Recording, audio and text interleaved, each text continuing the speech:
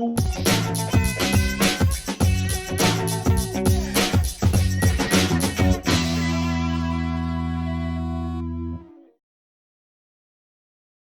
right, welcome everybody. Inklings, Octolings, all the above. Guys, we have some amazing news besides this amazing amateur teams facing off today. Guys, I'm sure you all know, but Splatoon 3 coming next year. Gotta throw out some hype there for that. Best Nintendo announcement that they've made in years. So, excited for that. And today we have some amazing commentators, so I'll bring them in and I'll ask you guys, what are your guys' thoughts on Splatoon 3 so far? So first up, Stormy, how's it going? Is Stormy there? All right, switching over. We'll skip for now. IPS, are you there? Yo, what's up, everyone? Dude, are you excited for Splatoon 3? Or what? I mean, of course I am, man. That range blaster has got me thinking going back to being a blaster main again. And are you officially going to become the best Splatoon 3 player out there? I mean, there's a lot of players, so probably not, but who knows, maybe eventually. Okay. One day, in my dreams. Fair enough. All right, Stormy, there now?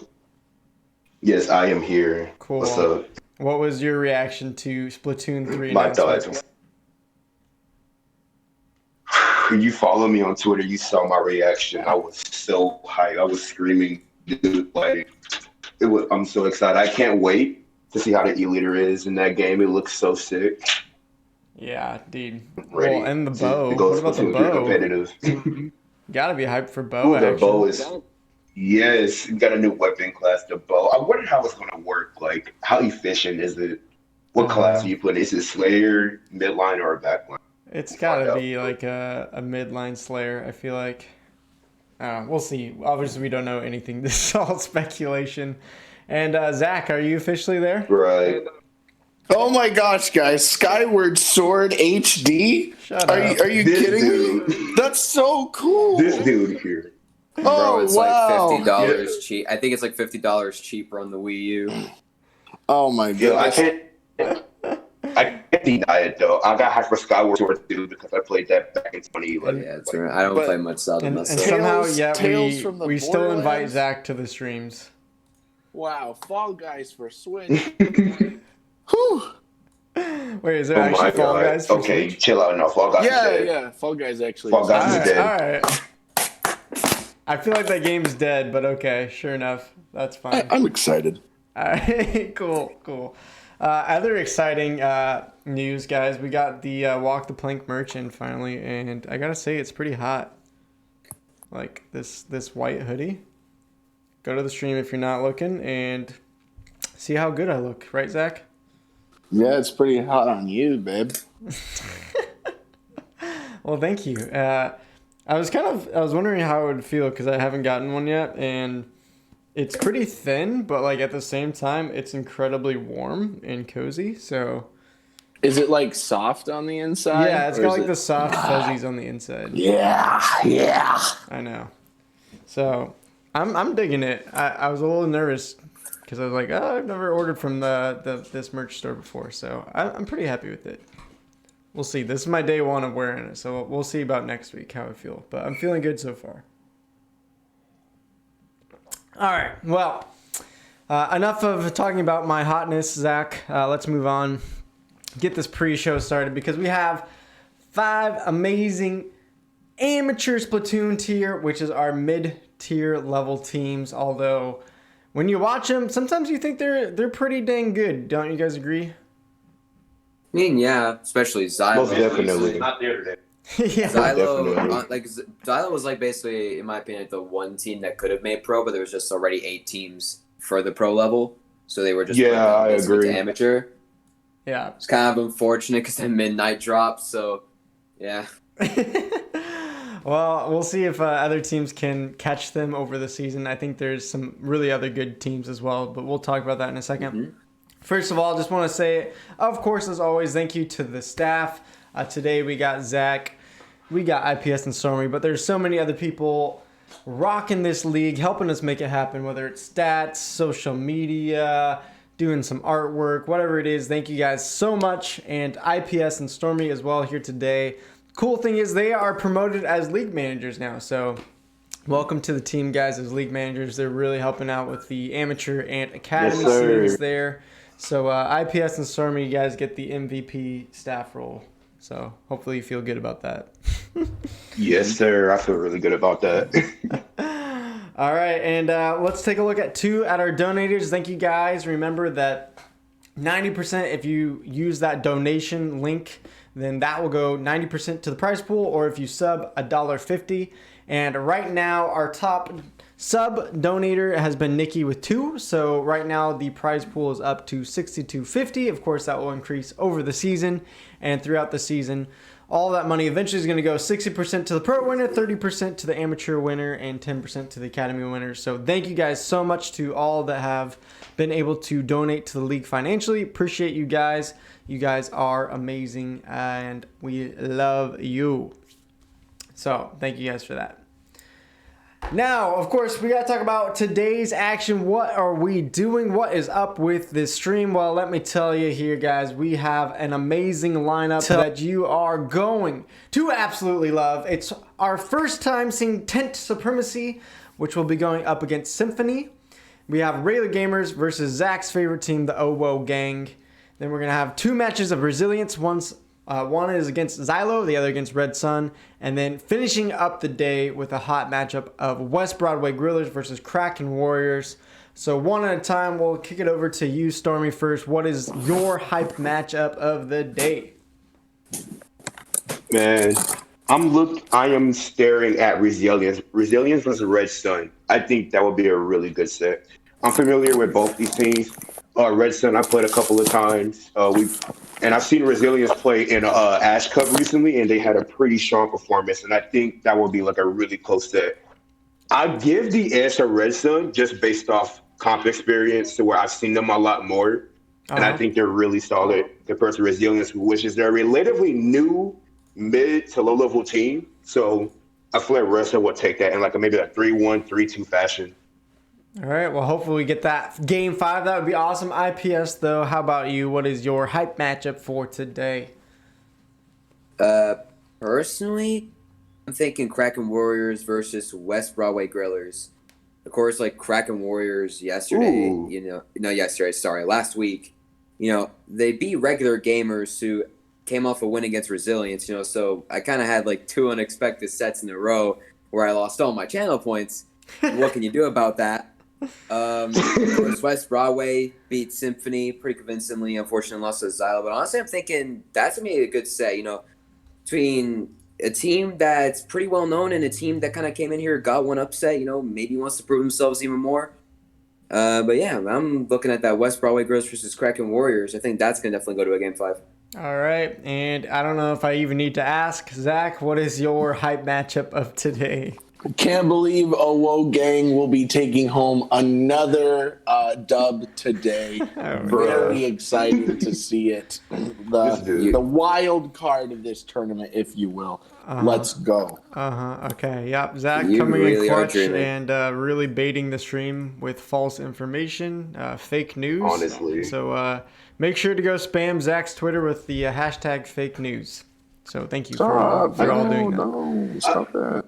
And, I kind of want to argue what IPS said, because remember, Kraken Warriors doesn't have Samino anymore. Their captain, their former captain, and he's pretty cracked on that heavy spot lane. So it's going to be really difficult to take on West Broadway and Devion and Hydra. I feel like they're at a disadvantage now, but I would love to see them prove me wrong. Yeah, and that's kind of the exciting thing. You lose your team captain, but they're still playing today. They have a new team captain, and now we'll get a chance to see how they perform for the first time, and hopefully it's to the same level, because they gave us some great action against Regular Gamers last week. Well, let's jump over to the standings to prove Zach wrong. And here's where we sit after week 1. All teams got a chance to play besides Tent Supremacy, who had some Nintendo Switch problems. But everyone else, we have Xylo, Red Sun, and Kraken Warriors, all 3 sitting at a 1-0 record. Regular Gamers and West Broadway got to play 2 games last week, and they both ended up with a 1-1 record. And then we have following the bottom 3 teams just picking up a week 1 loss, OO Gang, Resilience, and Symphony. So we've talked a lot about Xylo being the top team. We keep coming back. They did a number on West Broadway, who is supposed to be another top team. So let's not talk about Xylo. I want to hear actually from Stormy. We got 3 teams with the first loss, OO Gang, Resilience, and Symphony. Which team, even though they took a week 1 loss, do you think will bounce back and have the best performance this week? Oh, that's easy. Definitely Symphony. I'm really good friends with KO and Takira, both on Symphony. I believe in them. They have strong heart, strong will, strong mindset. They're not afraid to go out there and take L's, and they always come back and surprise you. It's one of the teams that, if you're not careful, can really bite you. I've seen them take a game off a team called Avalanche. They took a game off in Xylo in a tournament before, actually, and brought them to a close 2-1 set. So I have faith in them. I feel like they will come back and maybe make the playoffs if they play at their best performance the rest of the season. Yeah. Well, we'll see if that holds up true. They did have a great series against West Broadway, so it's definitely possible that they make the bounce back, I think, as you said. And next up on our pre-show, we got to talk about, drumroll please, the player of the week for the Academy League. Let's go. It is, drumroll if you would, for a couple more seconds. The player of the week is going to Kraken Warriors Vicarious in a long 5-game series against Regular Gamers. Vicarious outperformed the rest of the team and really pulled it together for Kraken Warriors, earning them that week 1 1-0 start with a 3.05 KDA, 1.3 specials a minute, 331 paint a minute, and 1.6 kills a minute. IPS, talk up Vicarious for us a little bit. Well, honestly, how Stormy said earlier about Samino leaving Kraken Warriors and how that might impact them a lot, I'm not really worried for them in that sense. Samino, of course, was pretty great, but Vicarious was actually the one putting in most of the work during that set for them versus Regular Gamers. So honestly, if he keeps playing the same level here, I think he can definitely get player of the week again if he honestly wanted to. Yeah. Well, definitely a top performer. So Vicarious, great job last week earning that award. Definitely you are a great player, and I'm interested to see how Vicarious will perhaps pop off again this week. So we are moments away from some of our first matches, so we got to talk real quick about the maps and modes we're going to be seeing today in this best of 5. So any team that gets 3 wins will get a win for the day. The other team will, of course, receive the loss. The 5 maps, we will start out with Anchovy Tower Control, followed by Black Belly Skate Park, Rainmaker, going to Clamblitz on Inkblot Art Academy, Piranha Pit Splat Zones, and if we get the amazing Game 5 in any of these series, it will be played on Manta Maria Tower Control. Stormy, what is your favorite map and mode that you are wanting to watch today?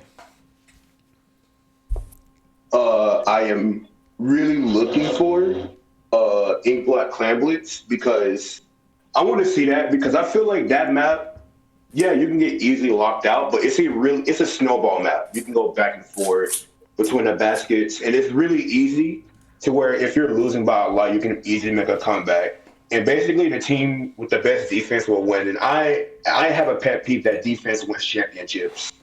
What I've been taught because I play baseball a lot. So if you have the best defense, there's no way you can lose. All right, sounds good. We'll see how that plays out. We are now just 5 minutes away from our first matchup between Tent Supremacy and Symphony. So this is the time. Go tell your friends, go tell your mom, go tell your dog to come watch, because we got some action coming up that's going to be really good. I'm excited to see Tent Supremacy take some of their first matches. We'll see kind of where they level up against Symphony. We're going to take a 5-minute break to kind of get the teams ready to go, and we will be back here shortly. So enjoy the countdown. Get ready to make a prediction. Remember to gamble away those channel points, because there's some great rewards to spend your channel points on now. So make sure you are throwing in those predictions. Hello, Cherry, before we take a break, and hope you are doing well. We will see you guys right on the other side of this. Just a moment.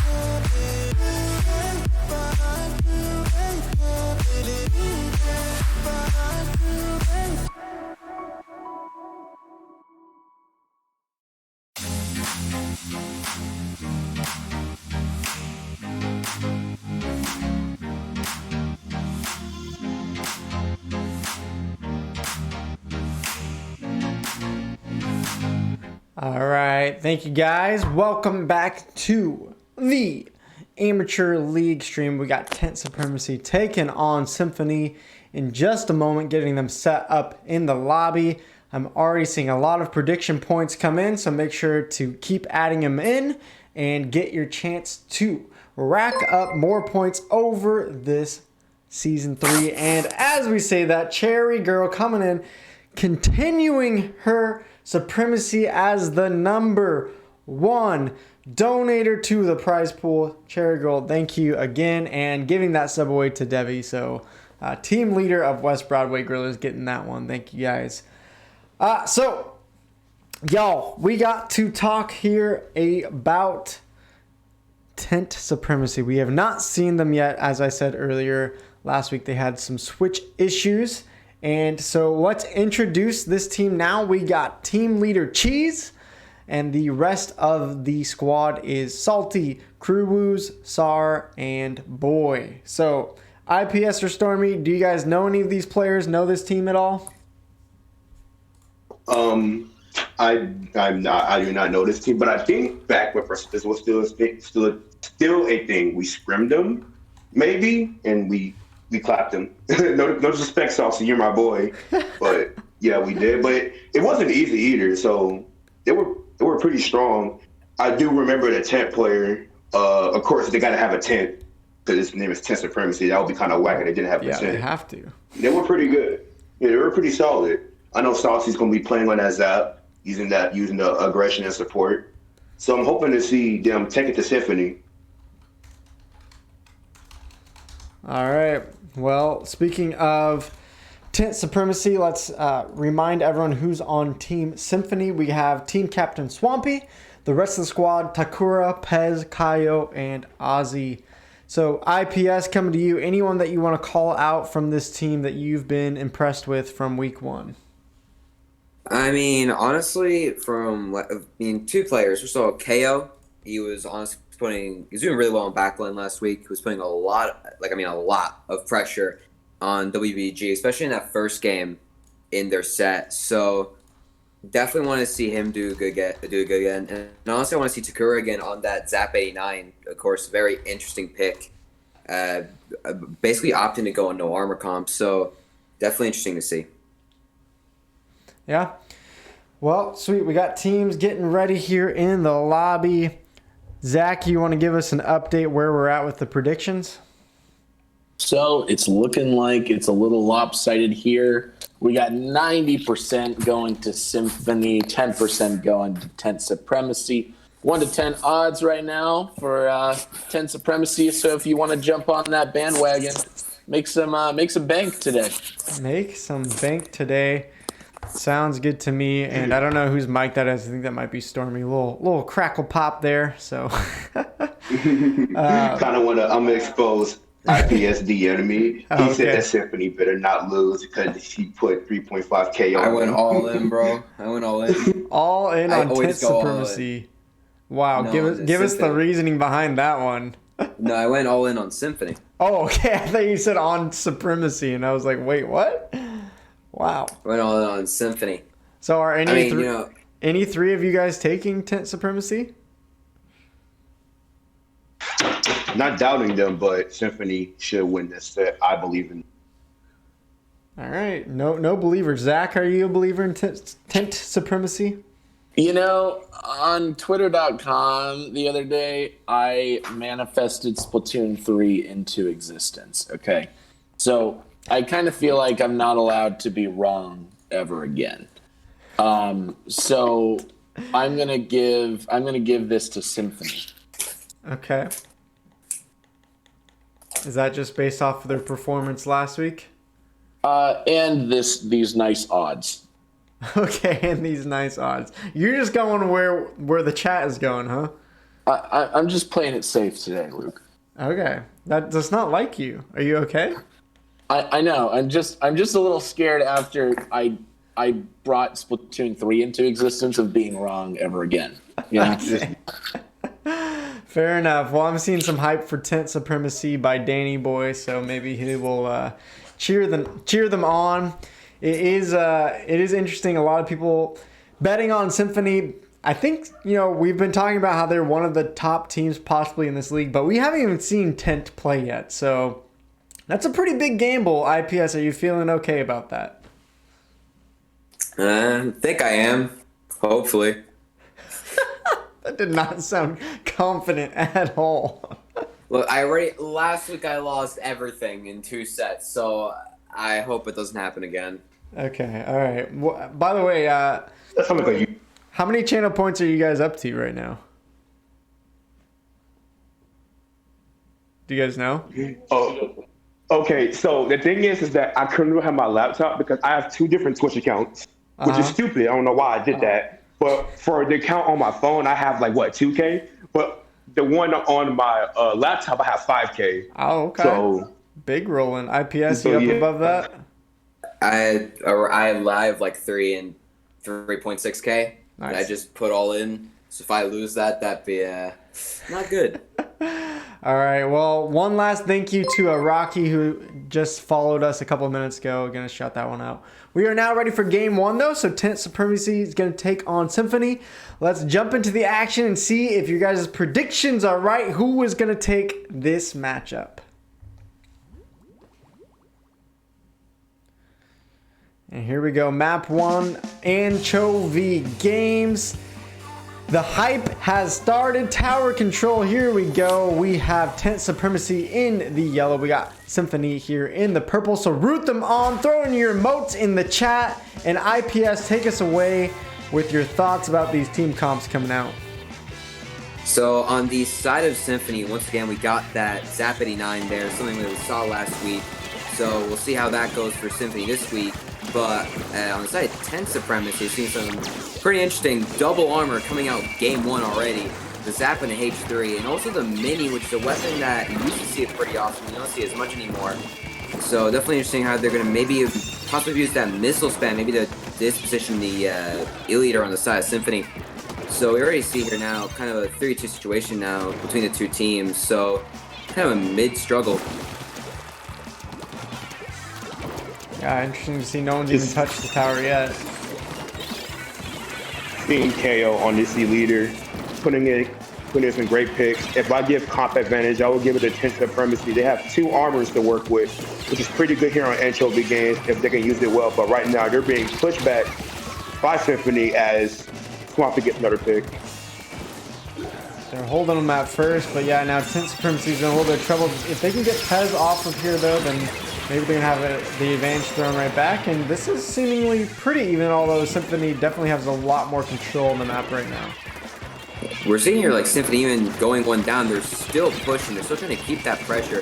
They're basically making Tent Supremacy think they're actually at disadvantage when Tent Supremacy is actually an advantage, which honestly is really good for them right now. We see right now Swampy might die on the landing. He does not die on the landing. He might be able to get the mini here. His teammate helps to get the mini. Swampy are now going to push the H3, but H3 going to get a nice tap. Now we see here a fight pretty much next to tower. Yeah. Tent Supremacy doing a good job of stopping them. Symphony was getting some pressure, but only a push to 70, not even through that checkpoint. That's not going to get the job done. Yeah, of course not. Now, especially now with Tent Supremacy control, Saw here is going up. Maybe try to find the pick on KO, but might go down to Pez. Is going to go down. K here trying to get the snipe on the mini. Gonna get pushed though by the Zap. Zap gets the pick. Zap gets a double. Wow, Salty popping off here. What Triple. a push, and that's going to get them the lead. There's only 1 up right now for Symphony. 3 down on the side of Symphony. They're going to be leading now for Tent Supremacy. Armor coming out now also from Tent Supremacy. They have another one ready as well. Symphony right now pretty much in the back pedal. Does have a Booyah Bomb at the ready though, and missiles, which they're gonna use now. This is where it becomes tough for Symphony now because they have no armor to help them defend, but they have missiles to kind of rely on that. But Tent Supremacy is still pushing the tower here, and they can't approach because Tent Supremacy has armor advantage. They have special advantage, but as I say that, we see the K-Pro go down to KO, a nice pick there, and look at their push might be over. Definitely, I feel like the whole idea of the zapping after the turret is for that missile spam, but they don't necessarily have more missiles than Tent Supremacy since they're running a mini, which can pretty much spam missiles at the same rate. The other hand as well, right now, pretty much the same thing with the pro there for aggression. So right now, just Tense Supremacy able to put more pressure with that double armor and pretty much the same amount of missiles. Yeah, Symphony's going to get a chance to push it the other way. There was a 4v2 and a jump back to spawn, so really they get into control of the map. This is only a minute left on the clock, and they're already going down. Again, their push being stalled out here right at the beginning. Yeah, it seems like, go on, Stormy. They're just being stalled out by these armors that Tense Supremacy has, and there's 2 of them, so most of the fights that Symphony are taking right now are disadvantaged because of the armor, and they got none of it. As you can see, they go 3 down, practically a wipe, and last one is KO here. What Symphony needs to do is target these armors, the Zap and the H3, so they can find out where to finish the game run and win. But it doesn't look like it's possible right now. And as soon as you say that, another ink armor comes out. Yes. I've ran double armor comps a lot on Persistence, and this is the chaos it can cause. You can just constantly push and push without anyone stopping you. And Symphony goes 2 down once again, and it looks like it might be a KO. Definitely right now, we see now maybe, it's 3v2 now. They do get one on tower though, they might put the KO here. Another one goes down on the side of Tense Supremacy. It's a nice bomb throw there by Pez. It's going to need to be an overtime win here for Symphony if they want to make something happen, but they're going to have to find a way to push through those armors. Yeah, preferably maybe with the missiles here. Not only that, they're going to have to push the distance. I mean, they're starting from their own base essentially, and now it's already overtime. One mess up, and this is GG's for them. Yeah, armor ready coming out from Tense Supremacy. Zap's already trying to get that rush on tower. I get the Zap. Maybe? Yeah, 2 go down, 3 about to go down now, and that's going to be game. Going to Tense Supremacy. There it Regardless, they were probably going to win that set because they had the GG buoy up arm ready, so they could just throw in at someone in the tower. So I didn't see Symphony coming back and winning that set. Yeah, Tense Supremacy popping off to start things off. Salty with 8 armors, 14 KA, and Yumura with 6 armors. Stormy, as you were calling out, 14 armors across the map. Is that really just the difference maker in that first game? I mean, no doubt, because the weapons that Symphony was running, they have killing power. You got K-Pro, a Zap 85 with the missiles, not Zap 85, Zap 89 with the missiles, an E-Leader, and they had, I think it was I forgot the other weapon, but the weapons they had didn't have much. They had killing potential, but not much. And with 2 armors, they could pretty much win their fights, and they could stop KO from getting crucial snipes. So yeah, the 2 armors they ran definitely helped them out. It was more of a comp difference in my opinion. I would love to see Symphony change it up and come back and win the next fights. Well, talking about changing it up, Symphony is subbing in Aussie, so we'll see if that potentially changes anything. Maybe a weapon strategy, a differential there, maybe a different team comp, or maybe I don't remember who they subbed out, but maybe they weren't just feeling it today. I don't know. Not getting the reason here, but either way, Symphony is down 1-0. We're moving on to Rainmaker Blackbelly. So IPS, what are you looking for Symphony to do to get this win? Anything that they could change up from that game 1 loss? I feel like the main thing they're going to have to change up is honestly their comp, because you see, usually a double armor comp isn't the end of the world. It's not an automatic game loss like it was earlier in the meta when it first became a thing.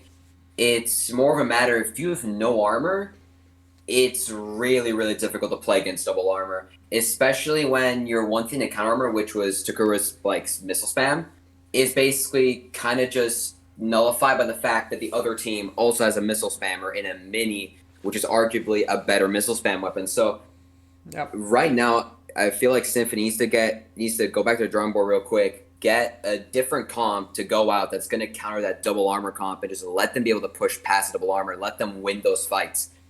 Yeah, we'll see if they can get it done.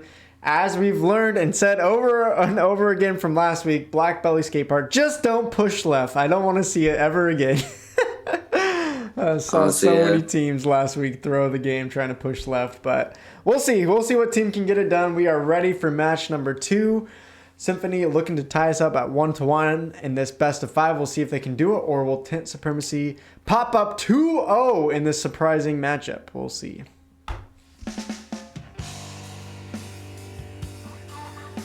All right, here we go. And the colors this time around, it is going to be Tint Supremacy in the blue, Symphony rocking the green color here today. And again, we'll come to you, IPS. What are you seeing out of these team comps? First of all, looking from Symphony, we're seeing that switch from T-Tech to K-Shot. Maybe they're trying to think of a double missile spam to possibly counteract those armors. We'll see if that works. Meanwhile, outside of Tent Supremacy, we're seeing that Tent, of course, following the name of Tent Supremacy.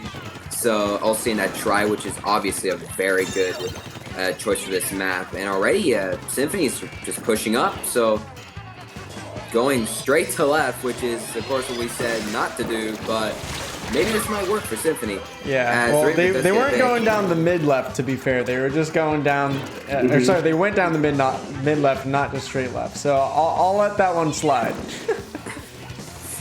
This try on Tent Supremacy is going to have a hard time fighting against Symphony's weapon comp, because he gets pretty much outplayed by anything. So as you see a Ray come out, they're going to send a Rimmer back there, and this could be a chance for Symphony if they play their cards right. That tries definitely to use angles. Symphony here, Swampy's just going for a sneak with the he's sneaking. They don't see him. He's just going. He's gonna go. No. Oh my God! It's the Not game. like this. Wow. That is a Swampy. good heads up play by Swampy. That's just non-communication on the side of Tent Supremacy, missing Swampy, and then just no one being back there to stop him, and that gives Tiffany a major advantage. I mean, that was a really cool play. I thought Swampy was coming for the flank to get the kill on to Cruz there, but instead takes the Rainmaker, and that paid off. A score to 6. I mean, that's huge. We're never seeing this Supremacy plays. I've seen Tiffany do that many times against other teams. But Tent Supremacy coming back here possibly could take the lead back if they play the cards right. Misses our pop by the mini. 2 down to try to Tent Supremacy. As the missiles coming for him, just like the Rainmaker wants up to push here, as 3 go down, it's probably practically a wipe. So looking right here at the amount of time left, Ray at nearly 2 minutes 30 down in this match. Honestly, Symphony didn't really need a push. Ray got a really good push. I feel like they just need to try keep mid, keep that mid pressure, and just keep good defense and make sure they don't get wiped.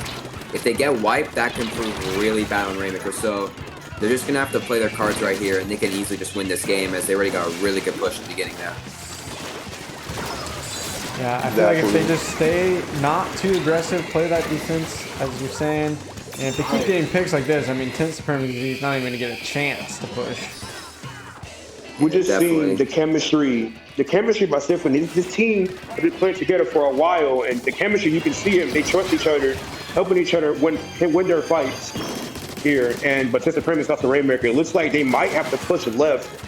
They don't want to make it quick. They have armor, so they have enough reasons for to push. Armor is pop. They gotta try to find picks here, and this didn't happen. We're seeing here right now, one does go down the side, 10 Supremacy. Right now, 43 situation. Hammer is at the ready for them, though. Ray's going to come out from that's the Ray. Might get to pick up the Rainmaker. He's going to get pushed by Oz here. Oz is going to get the pick on the Rainmaker, and this might already end 10 Supremacy's push. Unless they can pull something with the Hammer they have at their spot. And the Hammer does come out, getting one pick. Is going to go down. Oz into the Rainmaker shield there. Yeah, that happens a lot. You got to be careful with that Hammer.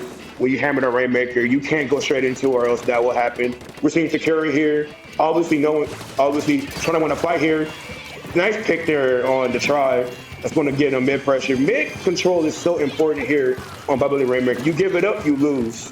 Yeah. It just seems like Symphony is just so much more composed this match. Seems like they're really getting the picks and outplaying Tent Supremacy a lot more than they were able to in game 1. Impressed so far, and with 50 seconds left, it's definitely looking like it's going to be a victory for them, unless Tent Supremacy can pull off a miracle here. I feel like one part to that is, of course, Swampy did get that really clutch play there at one point, but I feel like the comp that Symphony came out with this match is definitely really good against Tent Supremacy's comp.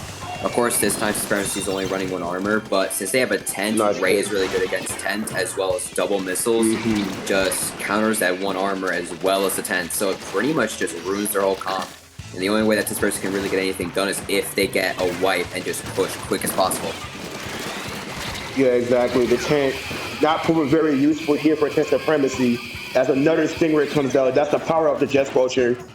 But Ray's wasted, so now the person might have an opportunity if they're careful. They'll get stopped. Yeah. Just coming for the flank there, getting the pick.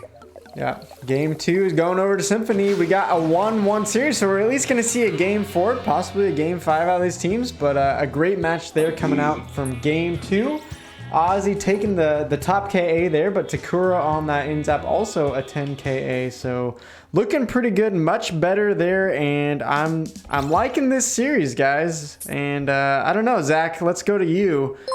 Now that you have chosen the Symphony, are you feeling a little bit better after Game 2?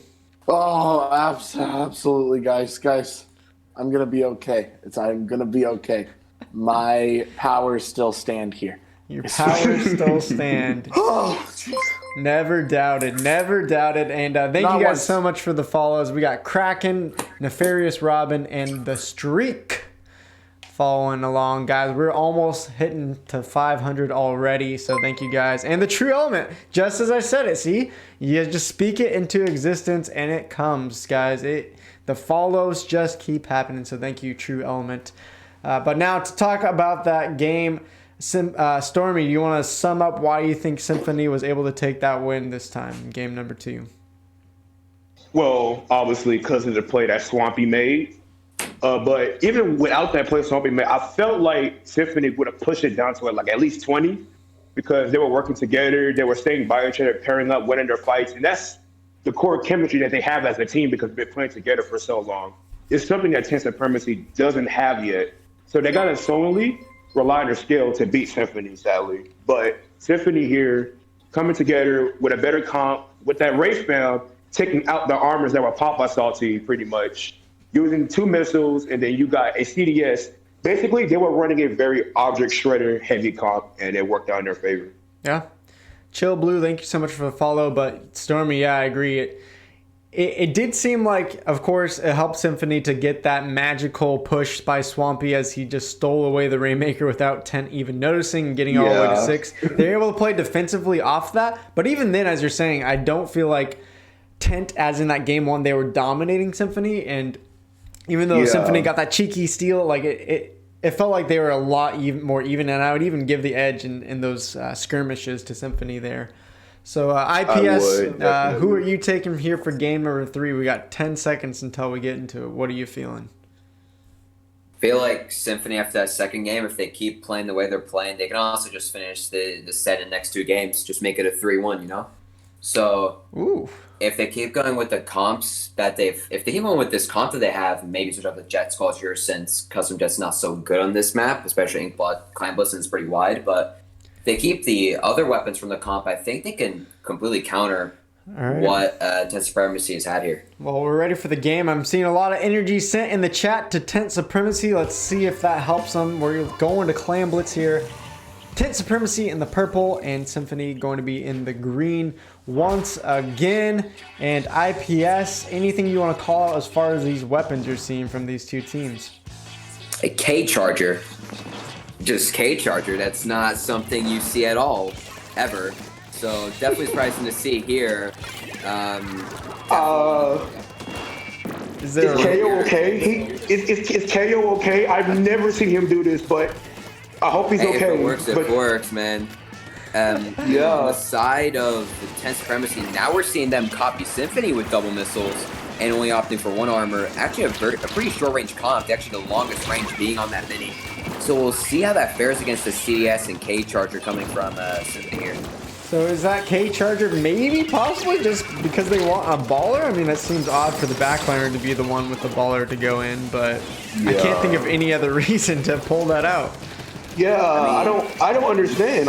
I am genuinely confused on what Symphony was going for here. I've played with so many times, I've never seen them do this, but as we speak, Tent Supremacy getting a major push going right now. 1 down on the side of Symphony. They have to regroup and defend. We see jump outs coming in. Looks like this might be the end of their push. Oh, no, it's not. You got clans on the stairs here, but they're going to get snuffed out here. And a really solid push here for 10 Supremacy to start the game off. Wow. Symphony can easily come back. Like I said, Inkblot Clan Blitz, a really easy map to come back on. Yeah, but definitely two-thirds all the way through their points already is a huge push. I mean, we've seen teams stuck at 80 before, and so, you know, Symphony in quite a hole to start off this game, although they do get 2 picks, so maybe this is a chance to get their own push going. They have 20 around, I feel like nearly 20 clams here at the ready. So they should be able to make a push, and if they can get those picks again, KO here. Now going with that ball, with that K charger. All right, let's see it. Kakura jumping in a bit early. Might be able to stick up the clam, and does still get the clam in here, but not much else coming from that push. They didn't get picks. They didn't really use much specials, and that push just gets touched down after 1 power clam. Yeah, and that's such a tragedy for them because they had about 20 clams, as you were saying, and just again, it seems so weird with that K shot baller going in and then had to just jump straight out afterwards. Seemed a little uncoordinated there. Supremacy finds some more picks here. They find another pick here. They find another pick. It's going to be another pick of Supremacy come out here as they're getting pushed to their spawn. This could be a KO if they're not careful. All the way they down only to need 7, 3 more clams, it seems. So yeah, 2 more. It's 2 down inside Symphony right now. They're going to get it. It's going to be game. Wow, that's game. That's it. Unreal. Everyone putting their channel points on Symphony, and all of a sudden, 10th Supremacy 1 game away. The energy in the chat must be pulling them through because all I see is messages for 10th. We got to get some chat hype for Symphony because they're in a hole right here.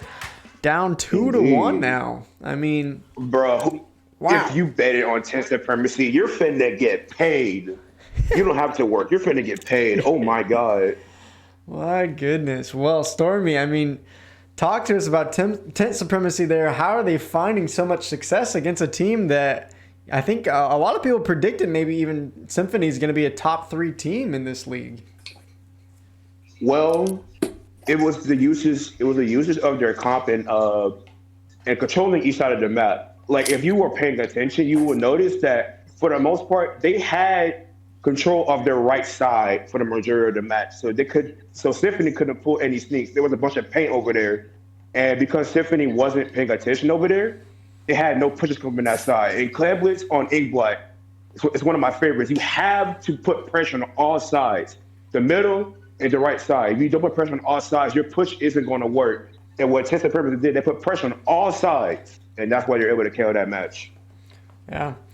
Well, Zach, I'm going to come back to you as Mr. Man never gets a prediction wrong going with Symphony. Now are you sweating just a little bit? No. It's fine. Guys, it's fine. Really, don't worry about it. I'm doing great. Are you sure? We're manifesting. We're manifesting the win, guys. They got Oh, my goodness. Oh, my goodness. Well, we got a minute away.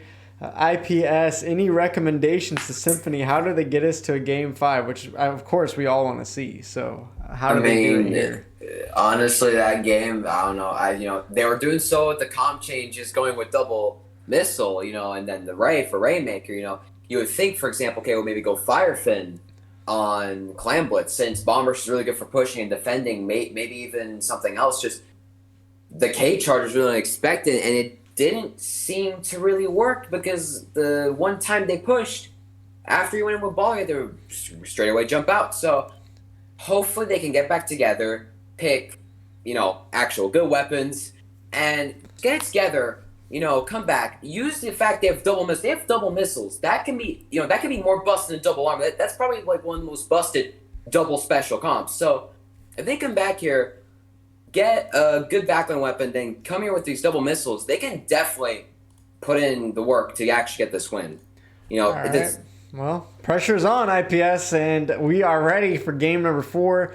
10th Supremacy could get their first win of the season and send Symphony to an 0-2 start, or Symphony can push us to a game 5. Splat Zone's Piranha Pit is where we're headed.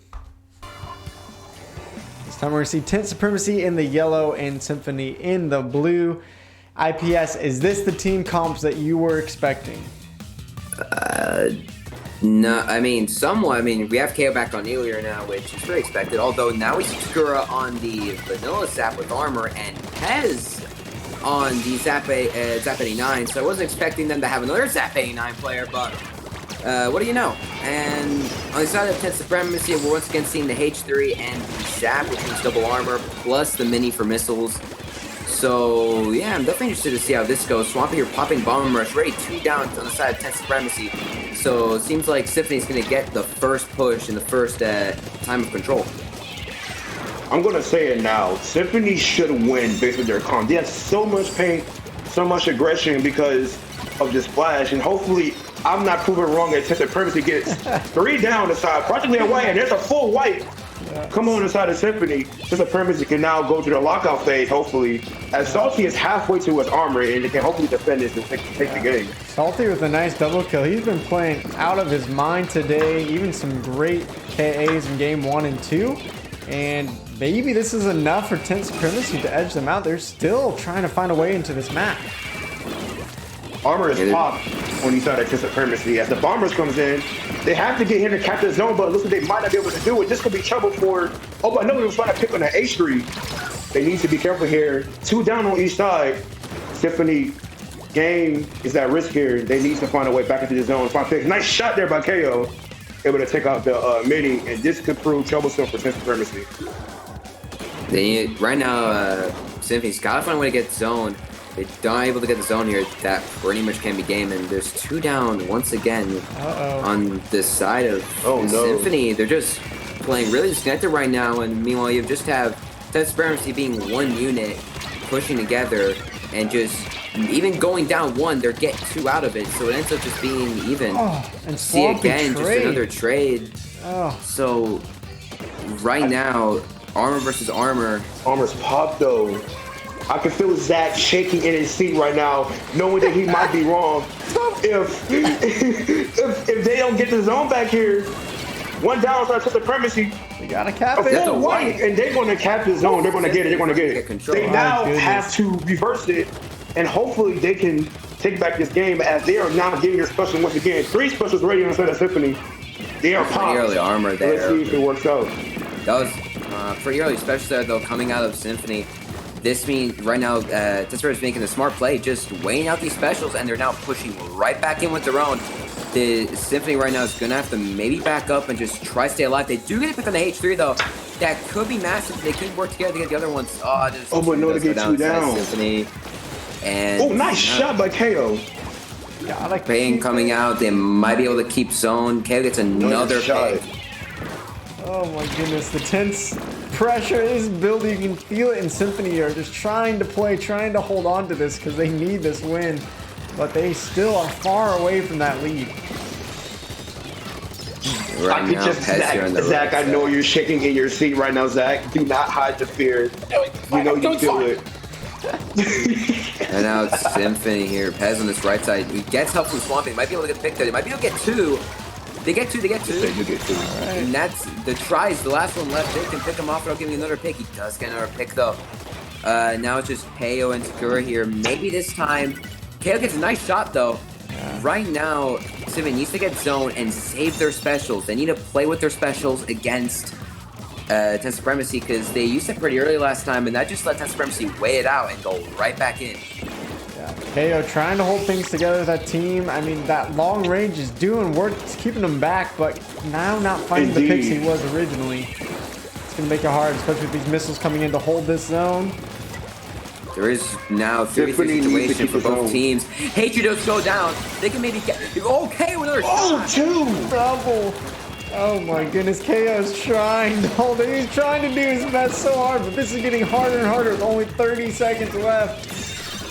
Right now, Symphony's got to help out their Earlier. Like, their Earlier's getting the picks, but they got to help him fade zone and get specials. Again, another pick. Pez here, if he wins this, that's going to be another wipe. Okay. That's another wipe. This is their chance. This is Symphony's chance. They have to play the cards right here. If KO's going to get these picks, they have to get their specials and help them paint. They got to keep zone here. There's no second option, and they got to keep their specials at least for the defense. Swamp here pushing pretty hard with this armor. It does have to win, and the mini does go down. 2 down. 3 down. Another white.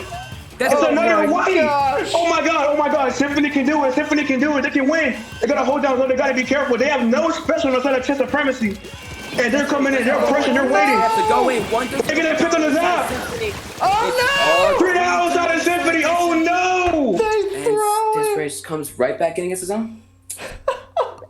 Oh. Unreal. Zach, I'm sorry, Zach. Unreal. I cannot believe that. 10 Supremacy pulling it back in the last moment. Yumura 15 KA. Total together a 13 armor round. Holy cow, guys. Oh my god. How did that even happen? It looked like Symphony got the wipe and had the win to push us to game 5. What just happened? I was saying 10 Supremacy had one last chance to go in, and they did, but Symphony isn't going to stop that. They just needed to play their cards right, but unfortunately just there was someone there in Symphony in that zone, and 10 Supremacy just saw them and just hunted them like wolves, killed them immediately, and after that, 4-3 situation, the rest of Symphony tried to go in to help that one that went down, but it was already too late. They just picked them off as well, and the last one left was a guy coming from spawn, and that was game.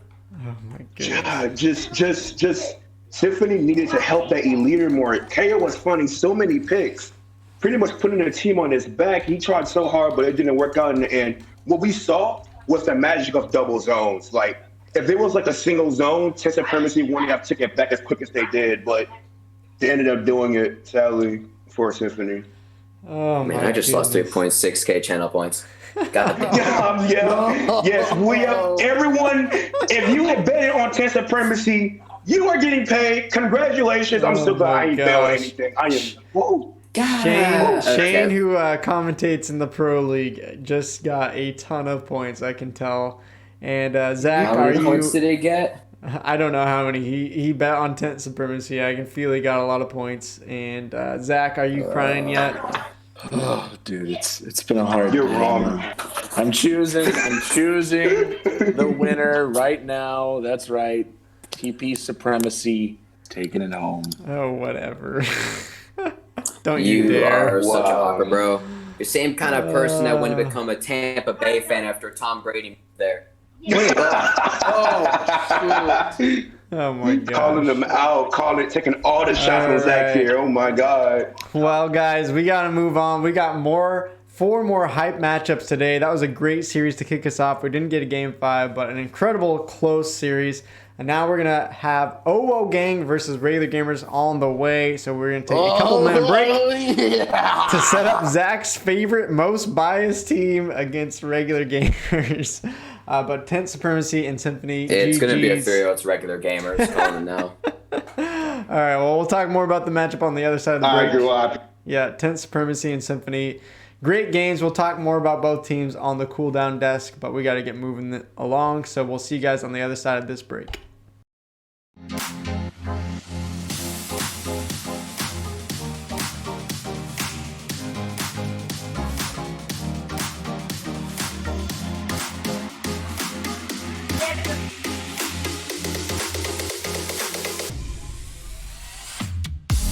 They can't hear us, right? Oh my god.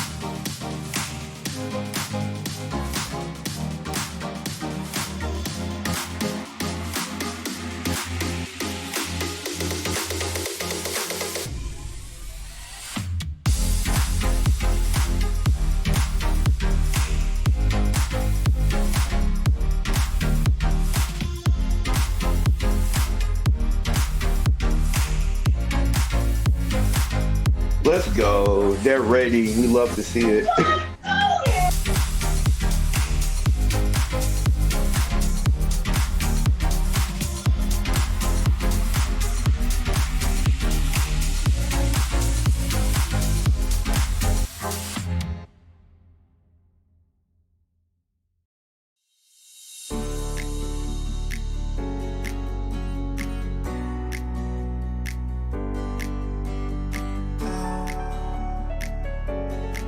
All right, y'all. Welcome back to the analyst desk here at WTP Esports. We are, for the first time ever, going to start early because the teams are actually here, ready to go. We got regular gamers versus OWO gang here today. So make sure to throw your predictions with your channel points. Spend all that money because, again, we're looking for the first person that can pop off and become the psychic predictor, earning all those channel points. So thank you guys for the follows. Familiar Crawler and Jakub. You guys are awesome. We're going to hit 500 followers soon. We can feel it. So thank you to for contributing towards that. But let's talk about our two teams in case you guys have forgotten who is who. We are starting off with Regular Gamers, headed up by team captain Cosby. On the team, LK, Chloe, Tax, Timon, Dave, Juno. Stormy, you got a chance to play this team in Season 2, although the roster is slightly different. What can you tell us about this team? Are you there? Yes, I'm here. Well, after personally taking an L to them last season in Walk Their Plank, I know what they got. I know Cosby will probably be running some unorthodox stuff like that. Custom Junior, maybe that swings the roller. Be interesting to see. We all know LK gonna be running that Slayer K-Pro that he's always pretty popular on. And we see Tax here probably most likely be playing support. I see him a lot in solo kills. He's really good on that Junior or that 96. He is no one to mess around with. And I'm really interested to see all these new people I've never seen on regular games before. I see 2 ball points in the picture here. That's very interesting to see. Maybe we'll see a ball point come out. We did see Timon pull that out last week, and we'll see if he does again. OWO gang, though, on the other hand, team captain Shogun Yams on the roster, as well as Matt, Falcon, Sleepy, and Kalos. You might recognize Sleepy as Epic Spy, who is often here in the chat. So OWO gang, starting off last week with an 0-3 sweep to Red Sun. We can look at some of the team stats. Forgot to do that last match. You can see that third team down versus the fourth team, Regular Gamers versus OWO gang. And both teams taking a loss last week. Regular Gamers did get a win over Symphony, but you could see it was really close for Regular Gamers, only an average spread of 4.2 wins per game.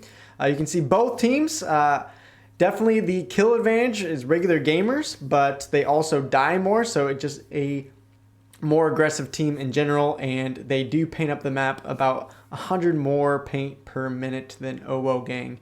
So IPS, anything that you're seeing from these stats of these two teams that you want to point out? I mean, sometimes deaths are not good, but the deaths per minute of regular gamers isn't too much over OWO gang. But the thing is, regular gamers does die, but they get picks still. They still paint more. They still contribute more, even though with some of those deaths. OWO gang last week, for example, was dying a lot, but not really getting much done, and that's the real difference when it comes to deaths in Splatoon. Well, we'll see if that makes a huge difference in this matchup. Zach, we got 15 seconds left. What are the predictions looking like from the fans? A little bit surprising here, 57-43. OWO gang is in the lead. 8 people betting on them. Yes. What? People about to lose cash. They're about to get my cash. Money. All right. Submissions darling right here. Money. We'll see what happens. I mean, we're ready for game 1, so the people are about to find out if they're right or wrong right about now. Let's jump into game number 1, Tower Control on Anchovy Games. And here today we got Regular Gamers in the green for our matchup 1 and OWO in the purple. Let's get to it for our second series of the day. And IPS as our analyst, what are you seeing out of these two teams' comps? So we got double backline coming out from the side Regular Gamers. We got CJ and Ballpoint. So we got basically Ray Spam and possibly more aggressive backline with the Ballpoint. interested to see here. They also have double armor, so it's going to be quite the interesting comp. Meanwhile, on the side of OO Gang, you have a more traditional comp. You got the Nautilus, you got the K-Shot and the Zap and the Firefin Charger. So this will be quite interesting to see who will win, the unorthodox comp or the orthodox comp. So currently right now, though, OO Gang already making a push, but Raid does come out, though, from the side of regular gamers. I personally have to disagree with regular gamers comp, especially for tower control. I don't see how double backline is going to help you here. Because you need to, especially on anchovy games, because you got to add a lot of pressure in order to win. And that's exactly what OO Gang is doing right now, as regular gamers are in a tight spot already. Yeah, and right now, though, Timon coming with those picks, though, kind of helping keep his team in it. Yeah, Timon definitely popped off last week. Sleepy getting the kill back in the turn. But I'm curious, maybe regular gamers is going with this comp not because they wanted to do it, but because they have different teams members in today. I haven't seen Dave play, and maybe he just is a Jet Sculpture main and Timon is the ballpoint, and they don't want to change weapons. That's the only thing I can really think of. I mean, we did see Timon goes to the S last week, so this is kind of surprising. But we'll see eventually. There's still 3 minutes left in this game, and it does seem like the push of the OO Gang is getting stopped. I'm really interested to see Sleepy here / Epic Spy here on this Charger, and he finds another pick. He is so amazing to me. Like he is such an underrated Charger here in this community. He needs more credit. Under pressure, we'll go down to that ballpoint. So now we see regular gamers making their own push 3-3 situation here, and Timon actually one going aggressive here. Is maybe gonna get one, might be able to get two, does get two down now on the side of the OO Gang. This might be the push that they need. Yeah, definitely need the lead here. Timon, definitely an MVP for regular gamers. They just jump off. Okay, now they get the lead. They don't make me a liar. Thank you, guys. Sleepy, you're trying to find a pick. Does have bomb rush at the ready, so. Zach, are you shaking your boots already? Because no, again, we see this crazy strategy from OO Gang, letting regular gamers take a little bit of that lead. They're feeling good. They know what they're doing, guys. They're way above your level of comprehension. You know what? Maybe you're right, because as you can see here, we see this Nautilus on the inject, but he can take him down. Ooh, a nice shot by Epic. A nice shot there. And now OO Gang looking to come back into mid and maybe counter push now, hopefully. Right now, it seems like OO Gang needs to try to displace Timon. As you're looking at the KS right now, the one putting in the most work is Timon. He has been making those pushes, he's been stopping those pushes. So they definitely need to try to make sure he goes down before they really do anything else. Let's pick on that try. 2 down on the side of regular gamers. This is OO Gang opportunity. They need to get on that tower to keep the pressure going before the members start going down. Like now, or maybe not. The K-Shot finds a pick. He's still alive and his missiles ready. Oh no, but he gets taken down by the Tri-Flasher there. OO Gang making a push though, providing a lot of pressure. Regular gamers need to get the special and stop this push from happening. Oh, a nice shot there by Epic Spy though. 2 down, Trey. Were they able to get the lead? Wow. No, regular gamers stopped them. That's not regular gamers on the defense. We see Timon is. I underestimated Timon on his ballpoint. He's doing really well here for himself. I mean, he put in work week 1 as well. I mean, Timon has been popping off for regular gamers, and so far holding on that 3-point lead, but 2 go down. So maybe this is another chance for OO to get the win here. Right now, regular gamers needs to try to get their specials and needs to not feed in here because they don't have much to defend. Really, it's just a checkpoint. That's the win. As I say that, the Tri-Slasher does go down. And that's going to be pretty close. Pretty close game lead. Capos just go down though. Timon here maybe might be able to stop it. The charge down. Epic Spy with the shot though. He got the shot. That was a clutch shot there by the Charger on OO Gang. He gave it all up. He needed that shot and he got it. And this is going to be game. OO Gang is going to win. Tri-Slasher dropping down, maybe to make something happen. Does go down though. And yeah, that's another wipe on regular gamers, and that might be game. Yeah. Oh, Zach. Stop it. My goodness. Holy cow. All right. A good match. OO Gang taking that first victory over regular gamers. Zach is hyped, but I definitely a close matchup there. Shogun taking the 14 KA as the leader there. But man, that was a close matchup, and it just feels like regular gamers is a super aggressive team, always getting leads. But IPS, it just doesn't seem like they have the defense set up always that they need to have once they have that lead. Yeah, honestly, I'm gonna go off a limb here and say, honestly, Taimon was the only real presence that whole game. He was getting picks to stop certain pushes. He was getting picks to start pushes. Meanwhile, it seemed like the rest of regular gamers was struggling to even get a footing in or get any picks, and were kind of just going in, dying for trades or just dying in general. Honestly, that pick of double backline didn't really work for the defense as you'd think it would. So I feel like right now, regular gamers needs to go back, get an actual better comp maybe going, and maybe try to work together more as a team and play more patient. Because it honestly seems like at the end there, they could have maybe given the lead to Old Gang and then make their own push, since it was only a lead to around 40. But in the end, they just got themselves wiped and made it pretty much a lead that was unwinnable. So hopefully those regular gamers might be able to change some stuff up for the next game. Yeah, Stormy, what was your take on that game? I'm gonna cover again some slack here. But the way they played, it seemed like they are better skill-wise. Because I'm going to be honest, it shouldn't have been that close. With the comp Owo Gang had, they should have been taking it to them the whole time. They should have most likely KO'd, which they probably would have if they had more time. But it shouldn't have been that close, in my opinion, especially with the comp they were running. So when regular gamers get a better comp, they could take it back and win. All right, well, we'll see. We got 15 seconds till match 2. Zach, are you going to predict a 3-0 swipe for Owo Gang over regular gamers now? 100%, and if they don't, it's because of their skill and their mind tricks on regular gamers. Okay, sounds good.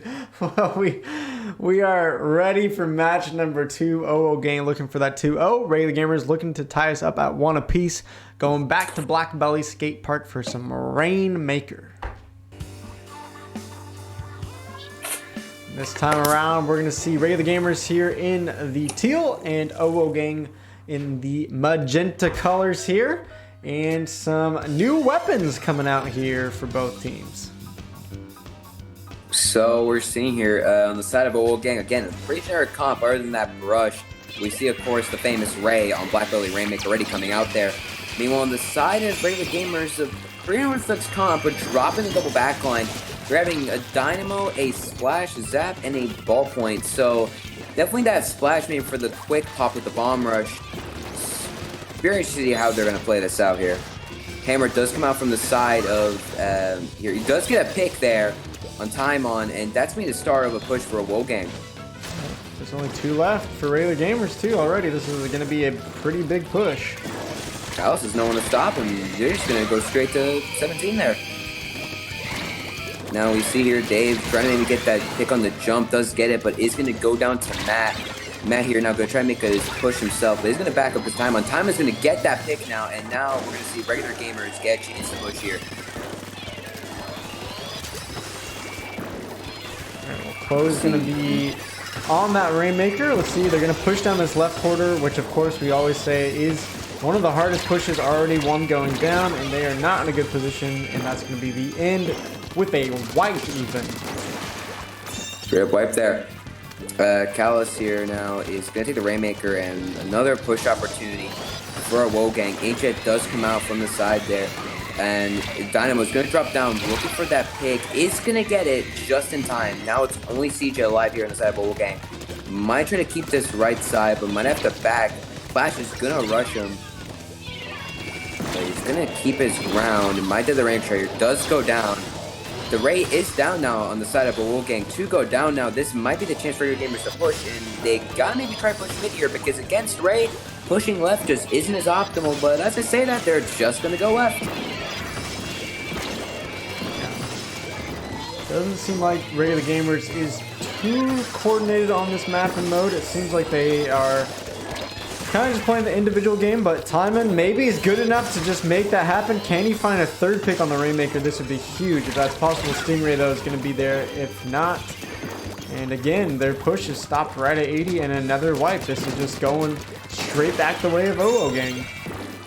Yep, now we see this OO Gang is going to push once again. Right at the ready for Sleepy. He's probably going to pull it out here. Does pull it out. Maybe looking for that pick on Timon. Does get Timon. Unfortunately, Ranger's still going to go down. And once again, Sleepy on OO Gang is the last one alive there. Is going to probably get chased. But Sleepy there going to get the trade. So now we see a situation where OO Gang still kind of has control in mid, but Regular Gamers has the Rainmaker. This game just feels like it's deja vu, I swear. If Regular Gamers push down this left side again, I'm going to be feeling the frustration. I mean, this is just back and forth in this corridor, and OO Gang every time is going to get more points than Regular Gamers ever will going this way.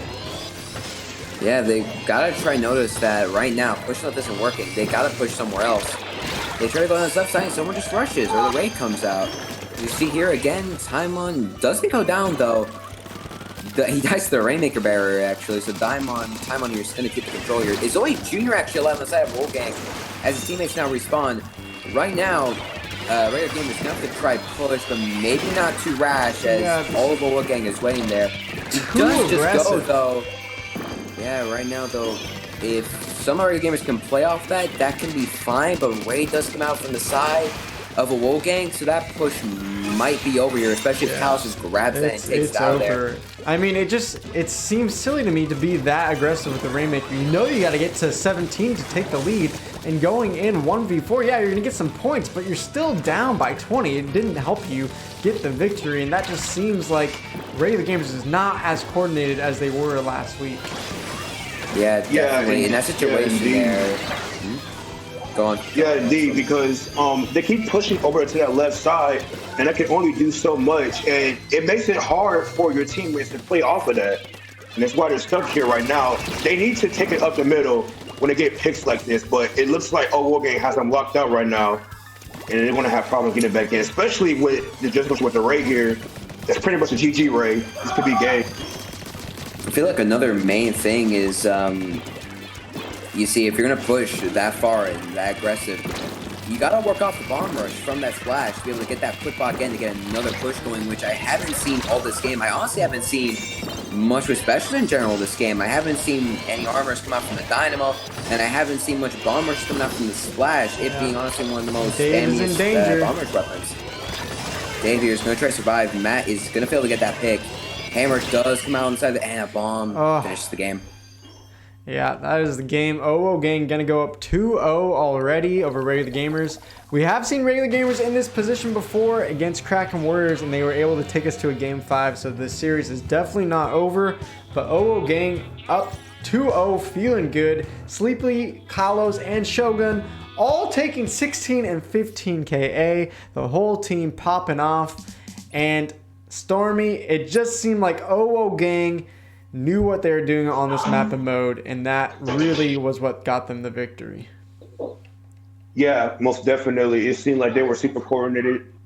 They understood what they needed to do, kept the mid-session locked down, got that first push, and just didn't take their foot off the gas, especially on the defensive side. Always had their Ray ready, playing very fundamental, basic, competitive Splatoon, which is why they won that game.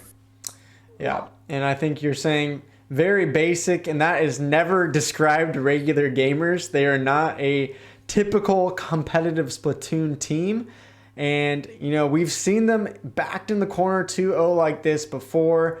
Zach, what percentages do you give them to push us to a Game 5 still? Well, we've seen it again and again. A OO Gang taking over the world one step at a time. This is no surprise here. I could see this going to a Game 5 just for mind games from a OO Gang to Regular Gamers. But if that does happen, I trust the process. I trust the process. Yeah. And it's just interesting to me, not that I think, Dave coming in for Regular Gamers is a bad player or anything. We haven't watched him the whole time. I don't know his stats. But maybe it's the team that is without their team captain right now, Cosby not able to play here today. IPS, do you think that could be a big factor here, maybe for regular gamers not looking as coordinated this week? I mean, that possibly could be a factor, to be fair. I mean, if you have your team captain up there, it could be morale down, of course, and situations like that. But I think the main thing about improving as a team, you got to learn to be able to play without certain players. You're never going to get anywhere if you can't play without your captain, for example, because your captain's not going to be always available. An example I want to definitely look at is, for example, Persistence. They were a team that, if the situation called, they could play without Stormy, since, of course, he wasn't always available, as you saw even in the finals of last season. They were still able to bring it to finals even without Stormy. So yeah, that's definitely a thing that regular gamers got to go out there. Another thing, honestly, well, like we got to get into right Game 3 IPS, but we'll talk about that more in game. Regular gamers right now needing a win. They've definitely been in this position before and built back into a series, so it's definitely possible. I'm loving seeing Chloe back on this Hydra. Chloe used to play in Season 1, the OG, and that Hydra was a lethal weapon for her going back in the day. But IPS, what else are you seeing from these teams as far as their weapon choices? Well, we have a massive comm change coming for regular gamers, and we were saying they were not usually regular, but right now this is a pretty regular comm coming out for them. K-Pro, K-Shot, Zap, and Hydra. Honestly, most unorthodox weapon there is Hydra, and meanwhile on the side of Wolfgang, you got something a little bit different with the Brush and Explode. It is going to be double baller and lots of pain. So, curious to see where it's going to go down, and Chloe does get that pick on the... He's going to get double here. Be able to flick that brush there that was trying to go for the flank, and this is a chance for regular gamers to get control into the flank here. Yeah, I'm telling you, Chloe on that Hydra is something else, and we're seeing why it's such a good weapon for her. Maybe this is their ticket to get their first victory of the series here. You see right now, Wolfgang's pretty backed up, and regular gamers is a bunch of clams. I say that as one goes down with most of the clams, so you're going to have to see here if regular gamers can actually get together with those clamps and make a push that's actually going to be able to snowball and go through a Wolfgang. No one's scoring here yet, which is kind of surprising here on Inkblot, but lots of claims on the side of regular gamers. If they can get a pick or two here, this would be the chance to do it. But of course, as I say that, I have cursed them and all go down. That's going to be a wipe as regular gamers. Callus is going to score the first power plant, and it's going to be the start of a big push for a Wolfgang, especially if they can keep control, get more picks. You see, just Davey just drops, and he's just going to go down. Timon as well, though Timon does get a pick on Sleepy. Maybe get a double here, and that's going to be a wipe on the side of a Wolfgang there. Pretty risky drop by Dave, but Timon does come in there with his teammates to be able to clutch it up there. Right now, regular gamers has control of mid, but doesn't have control of the basket as respawns do come in for Wolfgang. So right now, they're going to have to try to make a push in again and get clams as well. Yeah, it's feeling tough for regular gamers. Honestly, it feels like Timon is the one to have to really win this game. It seems like if he's not getting 2 or 3 kills before going down, it's really hard for regular gamers to get much done. And they're able to trade a kill back and forth here, but regular gamers right now need a lot of clams. They need a lot of momentum because they are struggling with only 2.5 minutes to go. Definitely. Right now, we're just seeing here regular gamers being pushed back in the position that they were in when they got pushed first. So they can get out of this position with these missiles.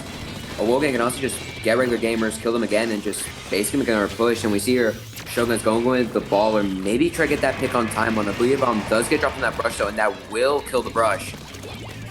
Yeah, but what can they do after this? See, they're able to get a pick, but then afterwards one of their players go down, and they're not really taking advantage of these 4v3 situations which they often find themselves in. But you can see right after that they just go down 2 to 3. So regular gamers is not able to stay alive to get that paint right now and to create any pressure on the map.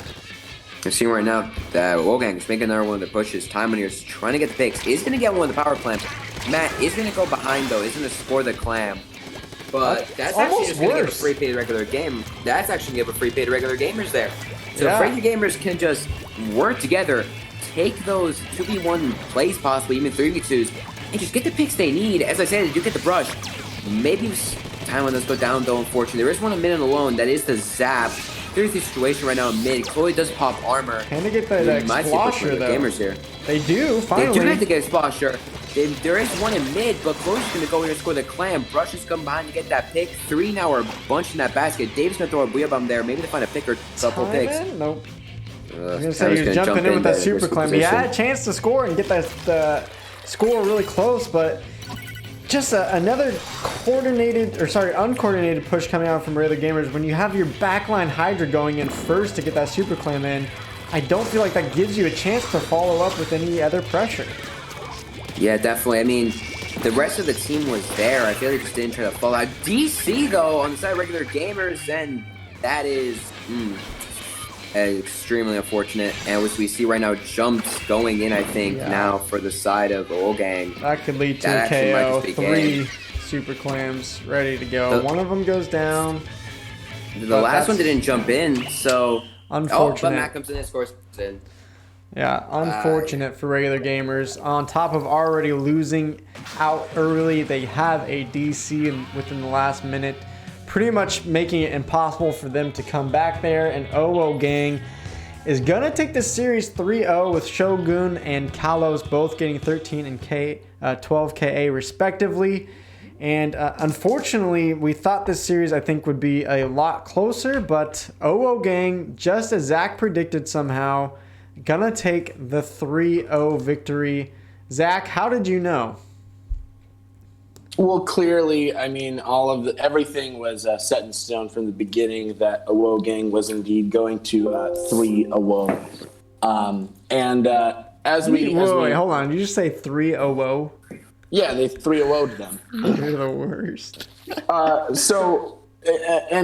We saw some insane strategies today where Gang even called up Reggie himself to make sure that a member DC'd from Regular Gamers just to secure that victory in the end. Just some crazy, crazy strategies coming out from Gang today. Oh my gosh, Zach, you're the worst. But I love you, and IPS, give us some real thoughts. Yeah. Well, Zach, I'll give it to you this time. You actually made a good prediction. Yeah. And second thing, honestly, I remember last week when it was Red Sun versus Gang. I remember I mentioned that Gang had to go back to the drawing board, see what they did wrong against Red Sun, and work on that. And honestly, seems like they did. Seems like they actually went back, worked on that, and came back a stronger team. Even against that DC, they were just winning that last game, honestly. They had a lot of control. Other than that, though, one thing I did notice, honestly I've noticed right now with Regular Gamers, I feel like they have a lot of players, which means they have like a lot of rosters possibly that can play at a certain time.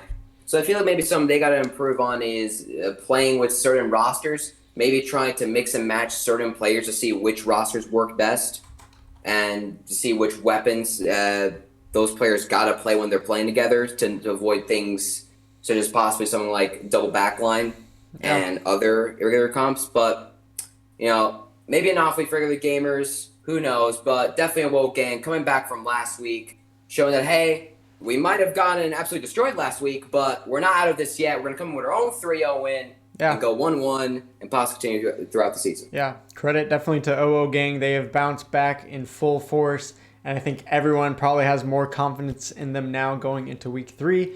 Regular Gamers, not the best showing, but maybe this just wasn't their A-grade roster, or maybe it was just an off week, as you said, and I think we can all expect them to bounce back as well. They're only sitting at a 1-2 record. They still have a shot in this league for sure, just like in Season 2 where they went down early and found a way back into playoffs. So definitely not over for them, even though this 0-3 week probably hurts a bit. But GG's to both teams. We're going to take a couple-minute break. And on the other side of the break, we're going to have Xylo versus Resilience, which should be a great matchup. So stick around, and we'll see you in a few moments. Xylo W.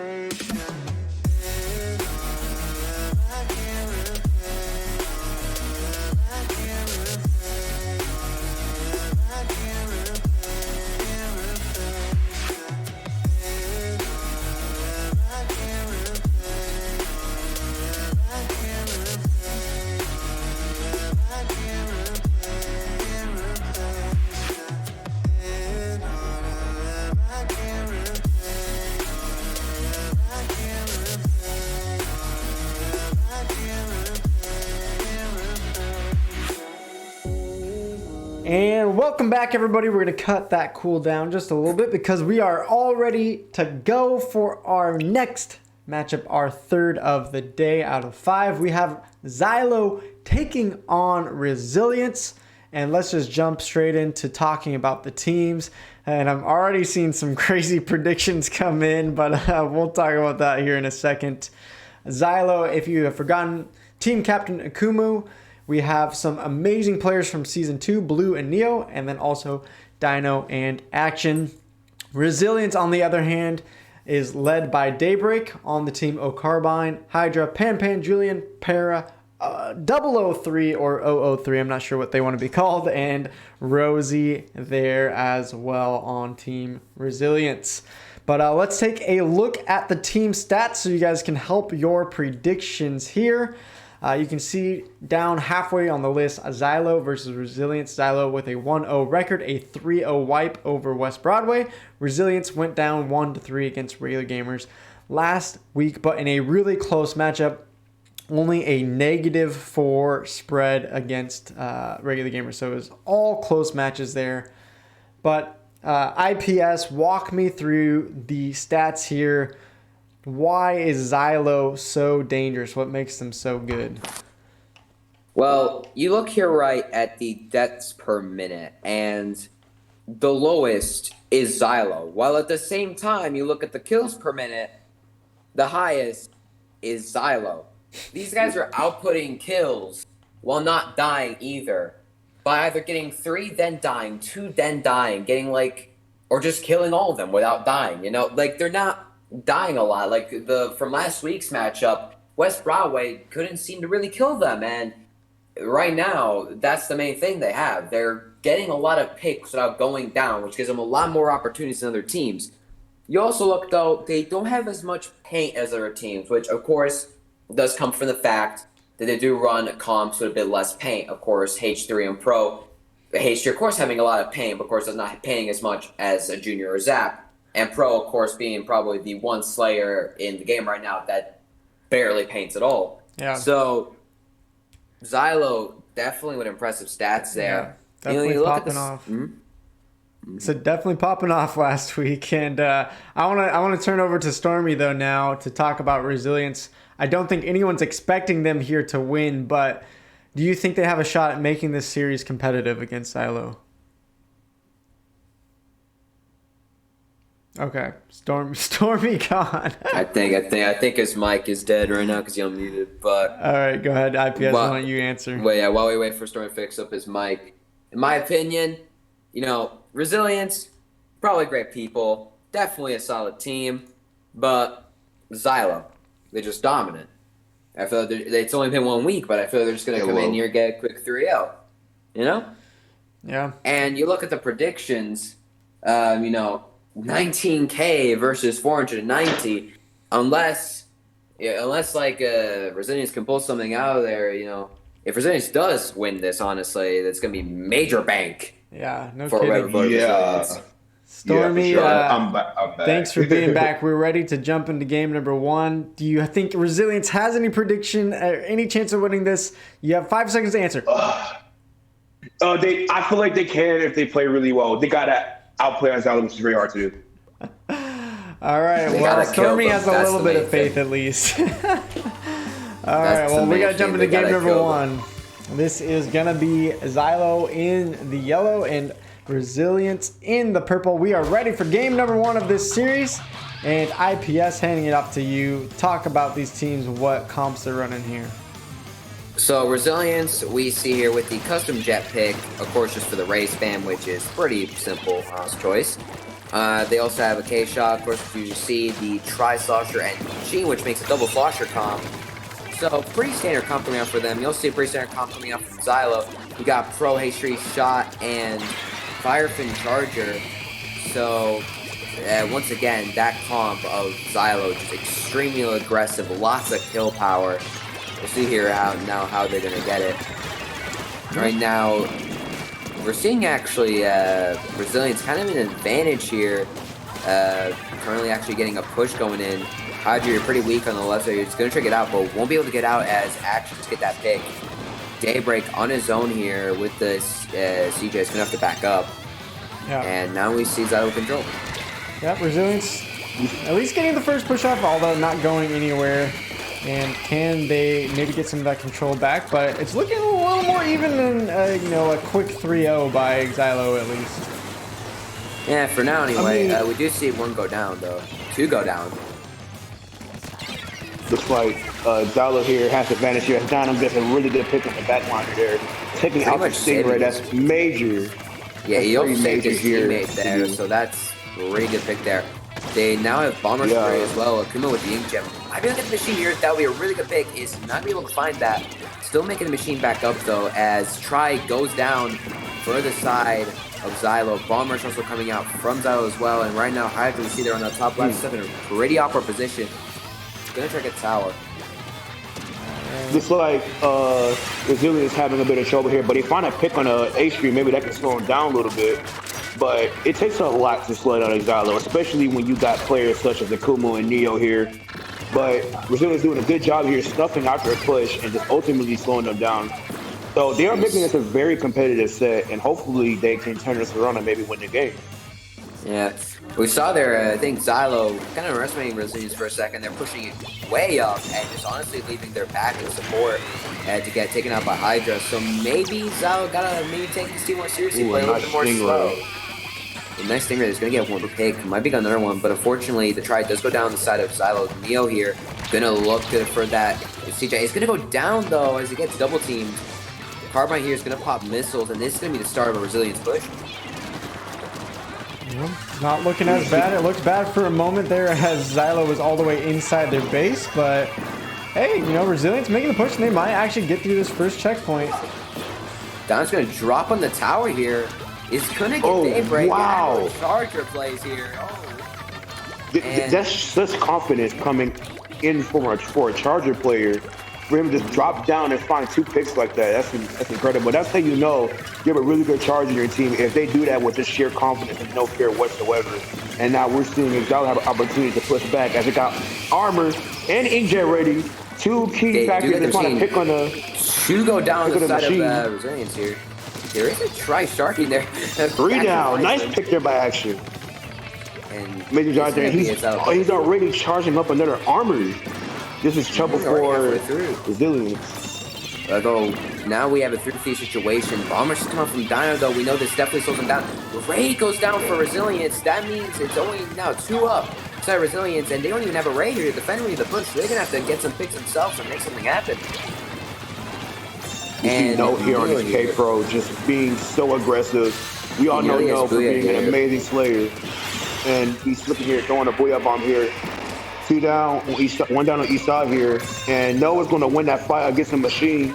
And looks like Xylo's push is not over yet. Right now, just Xylo just taking fights, winning fights, and just basically just giving no chance for Resilience to breathe. As you see here, Ray going to come out, clutching that pick on the tower. And that's a push to 6 with 30 seconds left. Resilience is going to have a lot of work to do. They got 3 checkpoints to go through. They're going to need way more than just one team worth of specials. And Xylo's probably already getting ready with their specials. You see on the top there, they already nearly have the bombers ready. Yeah, we see it here. Just Xylo doing a really good job here defending. And now they have their specials ready for a defense as the Tri goes down for Resilience. Now 2 down Resilience. Winning left is just Scorcher, and this is going to be game. 3 down. Yes, this is a game. Yep. Xylo wins it. Yeah, Xylo taking that first game as everyone predicted. It was a little bit close for a while, of course, though. Xylo able to break open the game about halfway through and take over. No KO, but a pretty dang close to KO. And Xylo already asserting their dominance after game 1. But I gotta be honest, guys, I think Resilience actually looked a little bit better than I expected, especially after losing week 1 and now playing against the team that feels like is the number 1 of the league, possibly at least right now. And Resilience able to put up a fight for at least a few minutes there before really giving up most control. I mean, yeah, I definitely agree with that. But one thing people don't understand. People always look at Xylo, oh, they're a knockout team. I mean, they can be, but honestly, they're not. Xylo is not they're aggressive, but they're not so aggressive to the point they want to knock you out immediately. They just want to keep complete control over you. They want to have you do what they wish, do what they desire so they can beat you. And it's what we're seeing here as they got close to a knockout, but they weren't able to knock it out really. So they have complete control over Resilience right now. And it may seem like Resilience kept it close, but honestly, they didn't. Xylo completely destroyed them. Yeah. Well, thank you guys for the last couple follows. Soon Pair and Seymour, thank you guys so much for following and contributing to our goal of getting to 500 followers on our Twitch channel here soon. IPS, though, I mean, if you were coaching Resilience here, you're playing a really tough team. What do you do here for game number 2, already losing that first one? I mean, the first thing is, you got to look at what Xylo's doing. Is pretty much, like Stormy said, they're just getting the control. Because, of course, getting a KO is cool and all, but it doesn't matter if you push to 6 and the other team doesn't even get past first checkpoint. You still destroyed them, basically, that match, KO or not. What you got to understand against Xylo is that they're an extremely aggressive team. Like, they don't care about who they play against. They look at the other team and like, okay, we can just go in and kill these guys, no biggie. And they just go in and do it. So what you got to do is you got to counter their aggressiveness, because they have a really aggressive comp. They got Shot, they got Pro, they got H3. So you either got to play their aggressiveness, or you got a 2v1 to counter that, or 3v1, or 3v2. Whatever gives you an advantage, because Neo's cracked and can maybe win a 3v1 once in a while, but not always. Exactly. So, not always, but you still got to take advantage of that, because if he only gets 1 and there's still 2 up, that's better than 1 going down and now Neo having a whole area to work with. Well, we'll see if they can pull that off in game 2. As you said, Neo is cracked, but we did see him die on camera a few times in this game, so who knows. We're going to go to Rainmaker, though, now on Black Belly Skate Park for game number 2. This time Xylo is going to be in the blue and Resilience here in the green. And of course, I'm loving seeing that sploosh, one of my favorite weapons by IPS. What else do you want to call out here on this Rainmaker map? Well, we currently are actually seeing that Neo's been subbed out, I think, and we see the 52 and Nautilus coming out from Xylo, which is not something I've seen before. Still, keeping with that theme though, extremely aggressive weapons, and also a Seeker coming out for that raid, because of course, it's Black Belly Rainmaker. What else? What other background would you run? And meanwhile, on the side of Resilience, we have that Sploosh, very popular Rainmaker weapon when played right. So right now, Xylo is going to be getting this first push here, maybe trying to find someone sharking there. No one really sharking. Race is going to come out though, is actually going to try to get a push there, and it's going to get 58 for their first push. But 2 down on the side of Resilience, if we could just see the fundamentals coming here for Xylo, having a support player always pick up that Rainmaker basic mechanics here, and that's why they're able to take it. And Resilience on their back foot already, not looking very safe for them as the ray is popped, and now Xylo's going to push up forward and find a pick on the machine. They're probably going to find another pick now if they're not careful. But looks like Resilience playing very solid defense. Raymond's going to reset.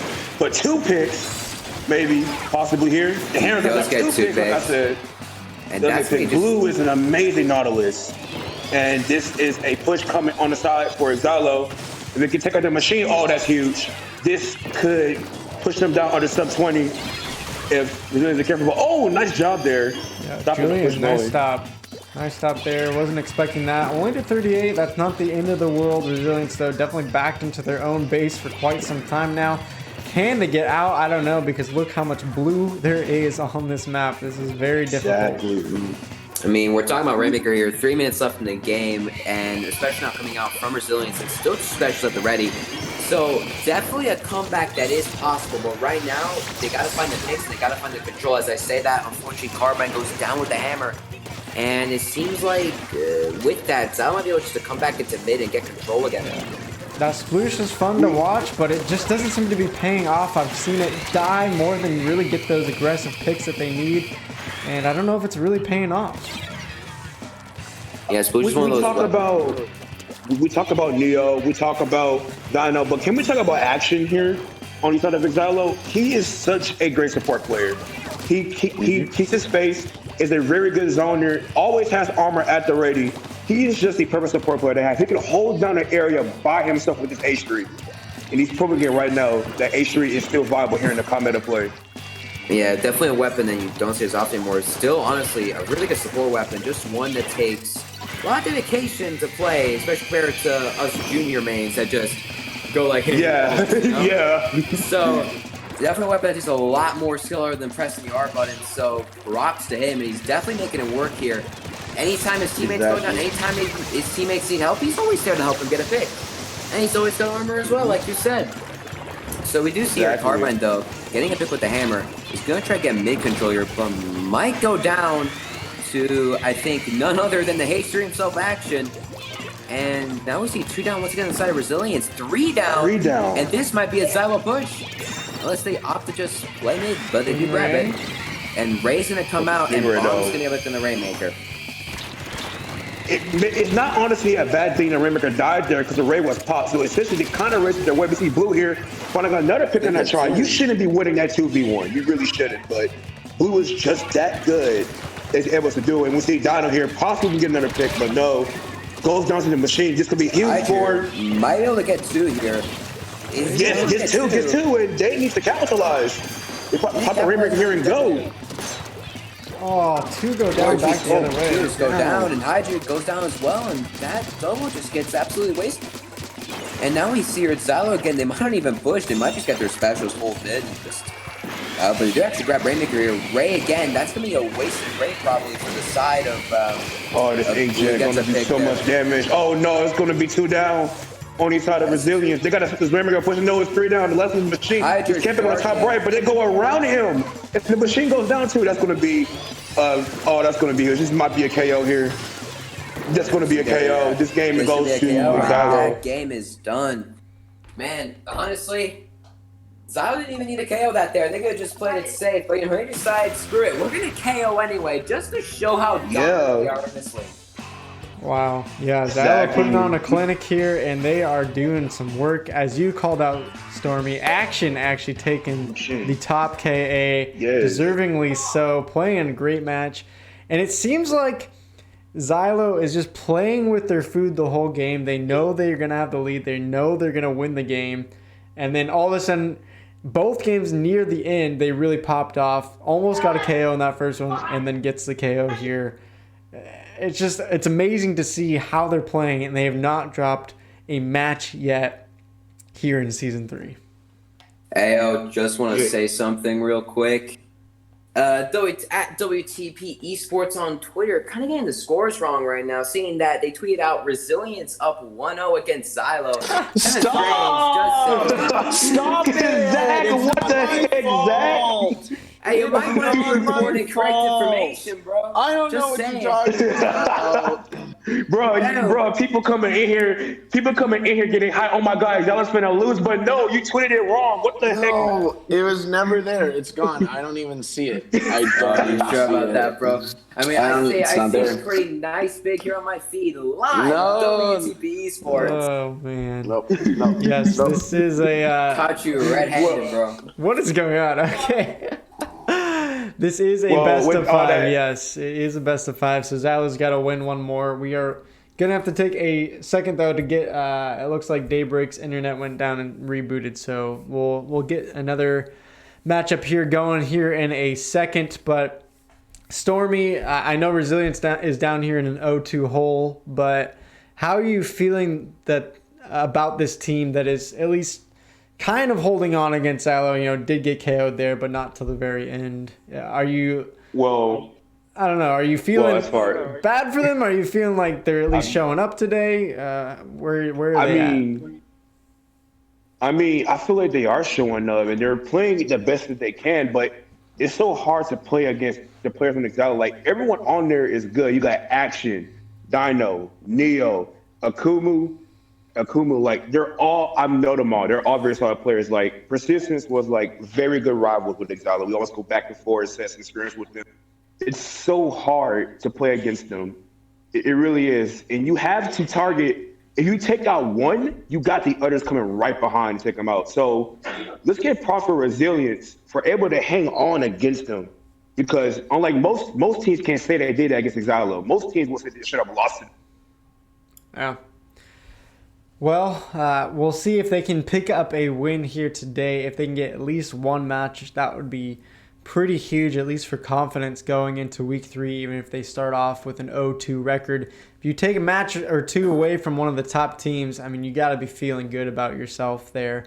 We'll see if they can pull it off. It is a tough task, though, and man, it's just fun to watch Xylo because I think, as you said, Stormy, it doesn't seem like they have a weakness on the team. I mean, we've talked about all 4 players from Akumu, Action, Blue, No, Dino. I mean, all 5, even their sub have been popping off. I mean, how does this team have a weakness in their comps? Yes, they do. Yes, they do. I hate to expose them like this, but well, dude, I'm sure Resilience would love to hear it right now. Yes. Do you remember Lucio from our team, our brush player? Yeah, Xylo can handle that. They can't handle brushes. They can't handle a really good brush player because they just tend to. I don't know what it is. They just tend to choke against like brush players, especially when they're up in their face. They can't seem to hit their shots against them, and that's what proved our dominance against them when we played against them in scrims and other things. We never saw him in tournaments. I think we saw him once in tournaments, Sally. Lost them 1-2, but it was really close. But yeah, their weakness is brushes, honestly. So I can honestly see that because exactly. Sorry to interrupt you, of course, Stormy, but you see, you have a very aggressive team. So of course, something to make them maybe have to go. Wait a minute, let's back up for a second, guys. It's probably a brush flanking or another type of distraction weapon doing a flank, and that's something I understand, of course, because on my team I play with a brush player.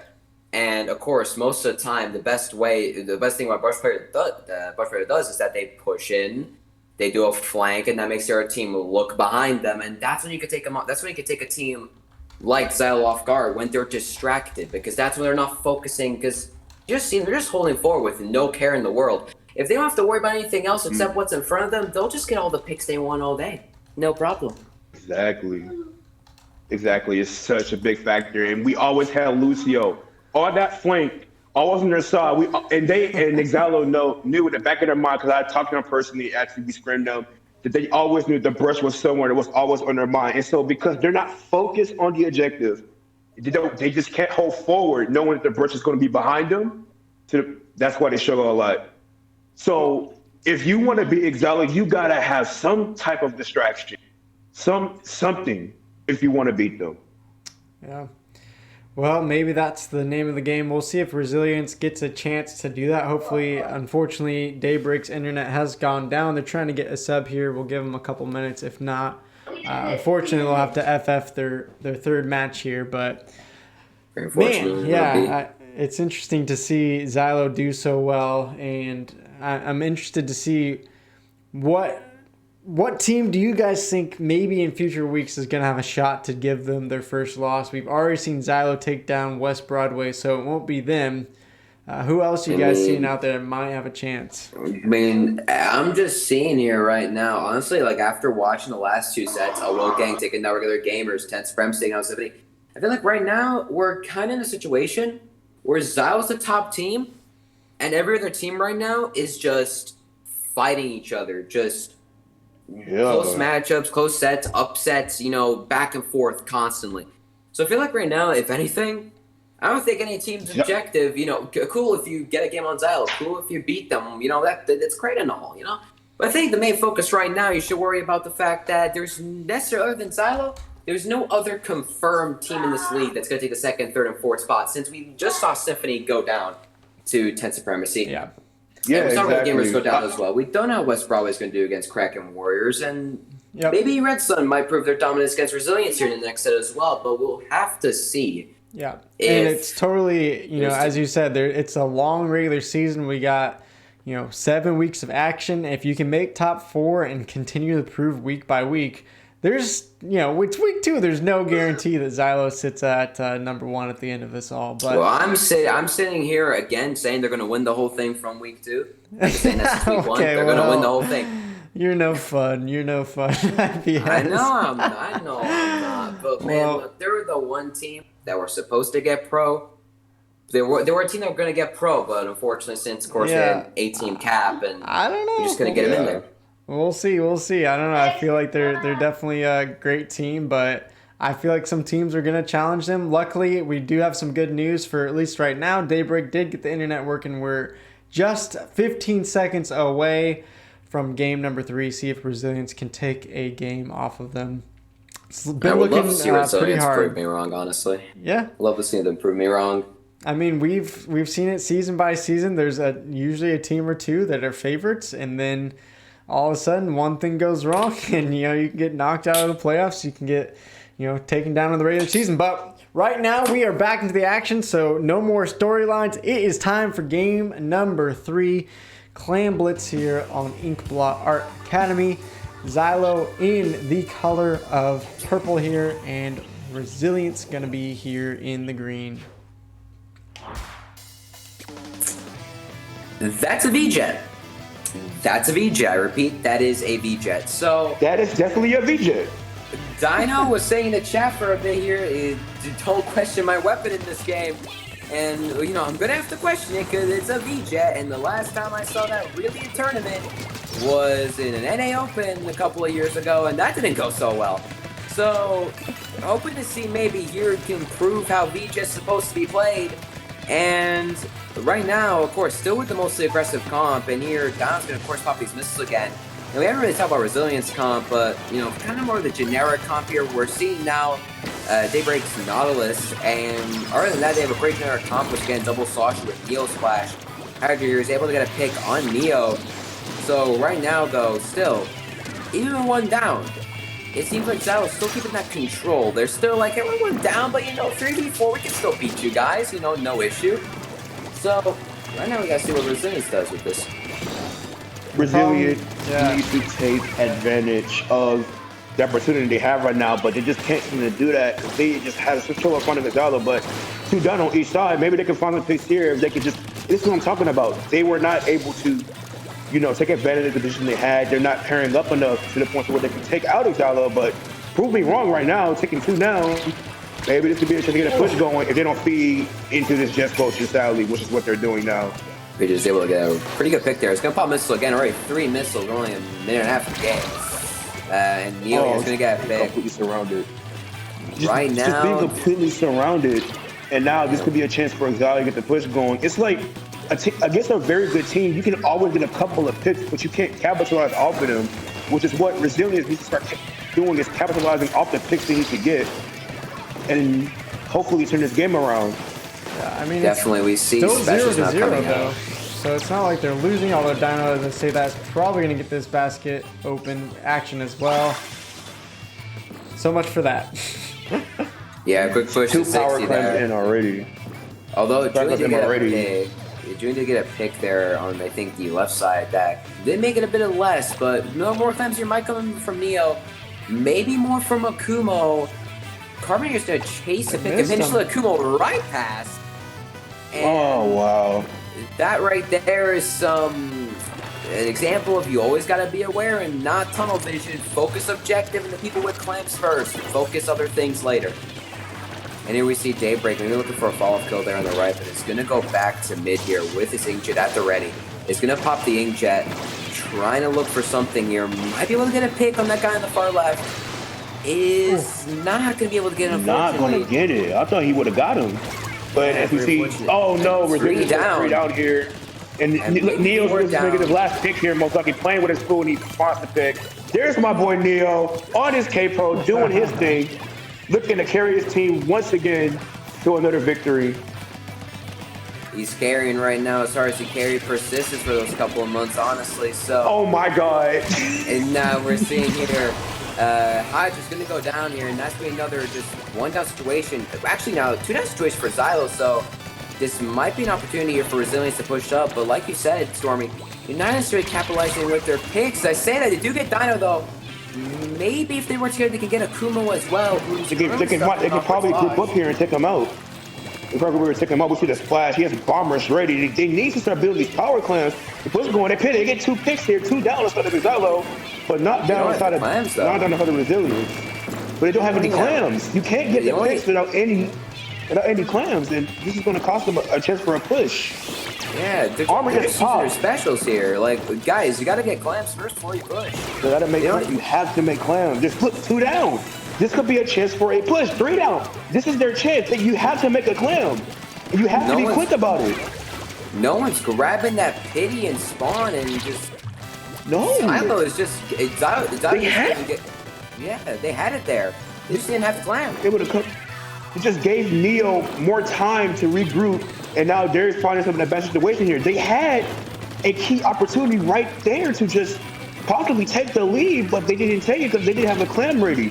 You can't get picks and pop specials without having a clam ready. It's so crucial, especially on a map like this. And now they're gonna go down to Xylo now that they waste the opportunity. 2 down instead of Resilience. This could be game. Yeah, we see right now getting 2 down. That's gonna be it. 0 clams now. Ironically, no one still has picked up that pity on the side of Resilience.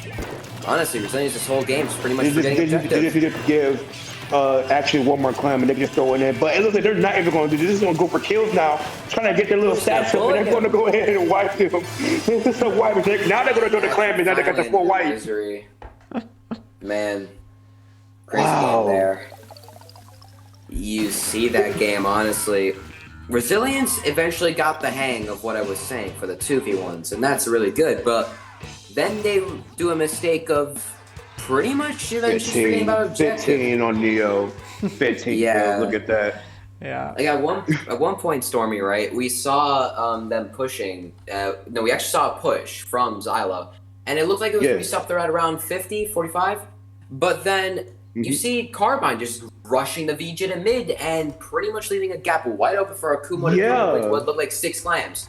And that wasn't even the last time. And after that, they forget about objective again when they literally get half a wipe on Xylo, then completely wipe them, and don't even have clams to push. Yeah. And don't have clams to push. It's really interesting, though, because if you look at the stats, I mean, yeah, Neo popped off, but other than that, the KA of both teams were pretty dang close. And so it's like, yeah, Resilience was putting up a fight. They were getting picks, but as you guys are saying, 0 points to the objective, and man, it feels bad because I think they could have made that game a lot closer, and they were putting up a good fight. They were. They indeed were. Like when I saw them go up there to get that picks, I'm like, please get it. I'm like, get the power clamp, get it. You gotta get it so you can go. They could have easily took that lead back. And the thing is like they could have made a power clamp right there, but it had to be made fast. Because if you don't make that power clamp fast enough, the other team's gonna come back in and just stop your push, which is exactly what happened. The only difference is they made no clam. Yeah. And, I don't mean to criticize the team, but it's like, it's painful to watch, especially when you have an opportunity. It's just painful to watch. They could have won that game. Yeah, well, it's hard. You're going up against one of the top teams. You are probably a little bit nervous, and you know that these players have really high skill levels. And so I feel like maybe they just lost sight of the objective, trying to just keep up as far as the kills and the pressure on the map. But, Resilience, as far as a team that already lost last week and now going against the top team, I feel like they put up a good fight. And now we get to see them, after this break, go again, this time against Red Sun, which is probably more of an even matchup. So Resilience, there's still hope, and it would be huge for them if they can get a win off of Red Sun and start this league off 1-2 rather than 0-3 hole, because that's going to be really hard to bounce back from. But Red Sun, of course, looking to go 2-0, so we'll see. After the break, we're going to have our 4th matchup. It will be Red Sun versus Resilience. We'll see you in just a few minutes.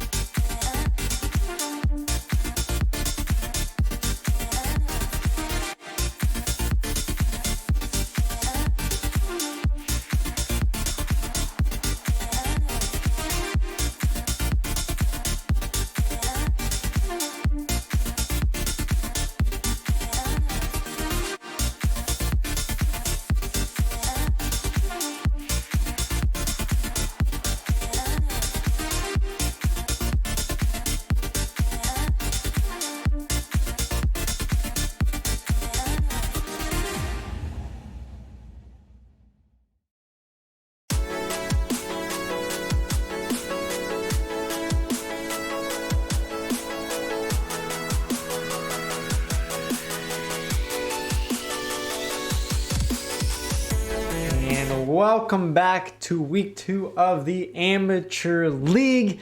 I am hyped that you guys are here for match number 4, Red Sun versus Resilient. Zach, I want to come straight to you because I feel like I haven't heard your lovely voice in a while. How have you felt about today's action so far? We've had some pretty cool stuff, and prediction-wise, I feel like we've been a little bit all over the place. There's been a couple upsets early on, especially that 10 Supremacy win. I think was just a huge victory in the terms of predictions.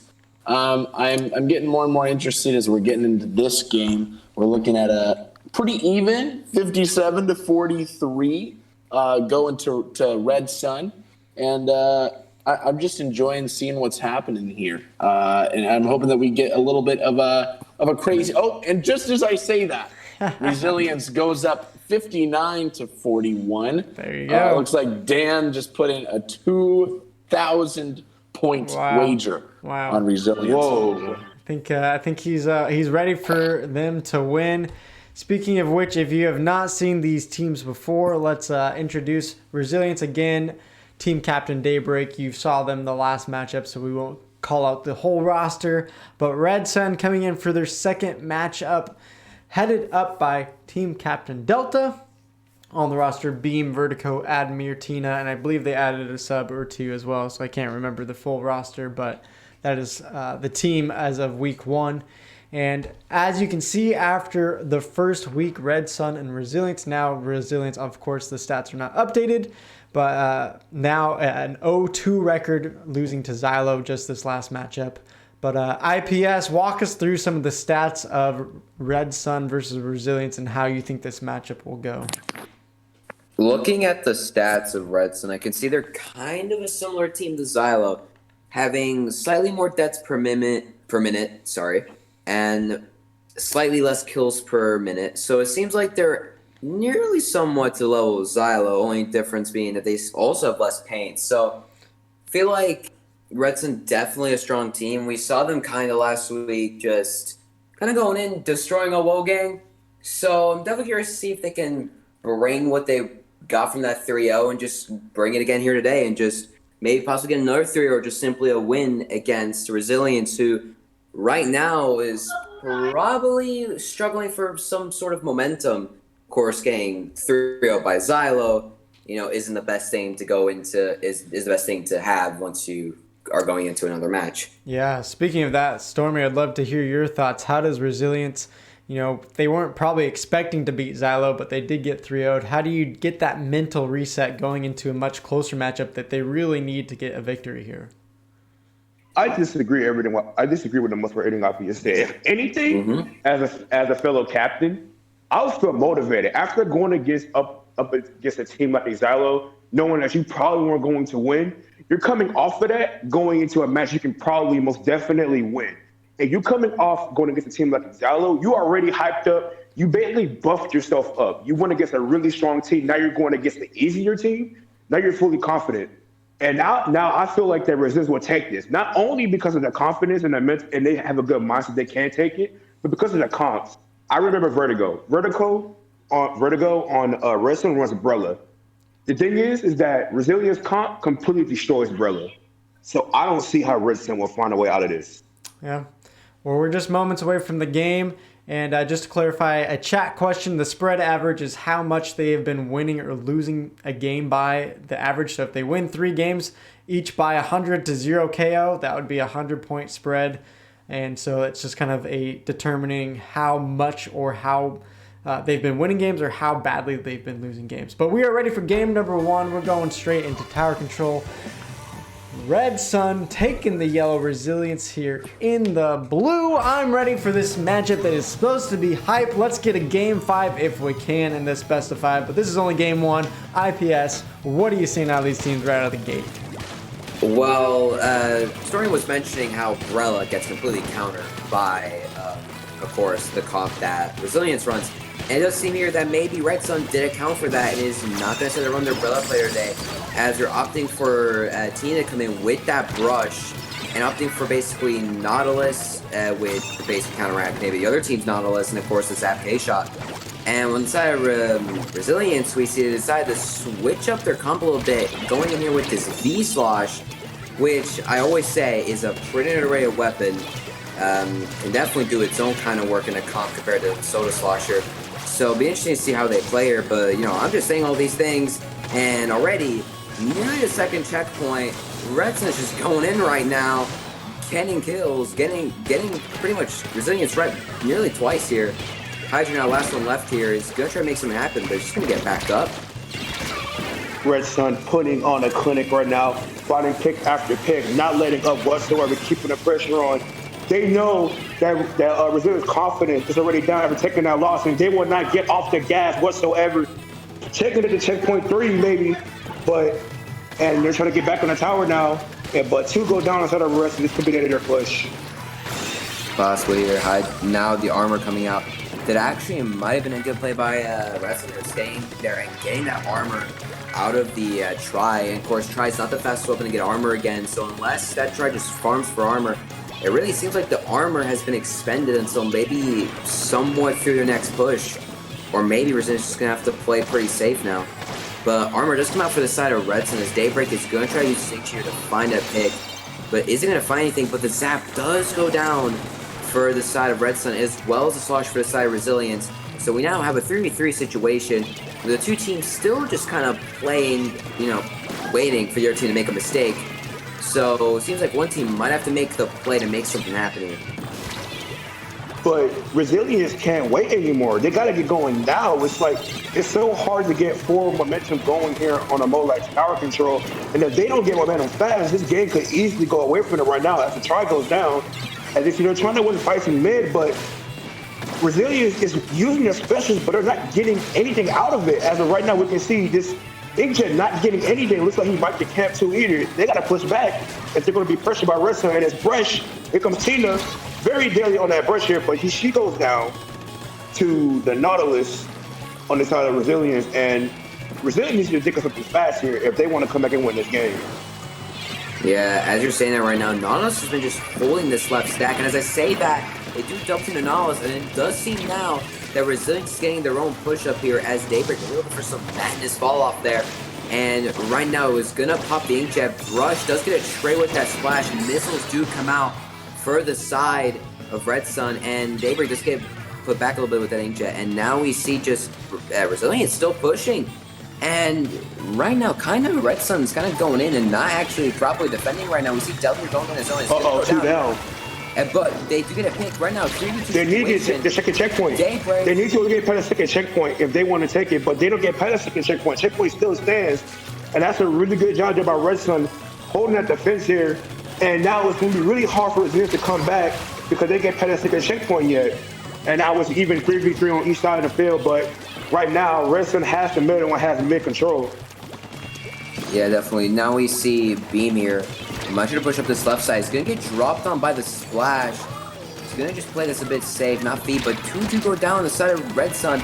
Maybe make that 3 here. That's going to be 3 down on the side of Red Sun. Admir now the last one alive. And this will be another chance for Resilience to push now. They have 2 specials at the ready. And Bomb Rush does come out. Carbine here is going to try and make some plays. Armor also coming out. Inkjet still at the ready. Oh, unfortunately, the Sloshes go down for the side of Resilience. Maybe right now, this is what Red Sun needs to get the opportunity. Inkjet out from Admir is going to get a pick. And right now, Carbine's the only one left on tower. Trying to get as many points as he can. But now the only 2 ones on tower. Oh, bomb kill by Hydra. Another jump going to the tower here. There's no way. That's unfortunately going to go down, and that is going to be the push for Resilience. Red Sun right there.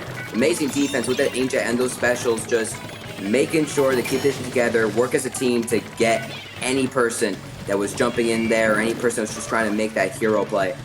But we see now probably the last fight of the game, and Red Beam are going to shark for Carbine, and that's going to be the game. Action overtime? Nah, that's it again. That is indeed game. Red Sun's going to take that game. A little bit too close for comfort. Kind of scary right there. They almost pulled it off, but Red Sun holding strong because they knew that Resilience confidence was already down. And so they come in and put their foot on the gas, not letting up at all. 20 kills on Admir. Whoa. Completely putting the team on his back.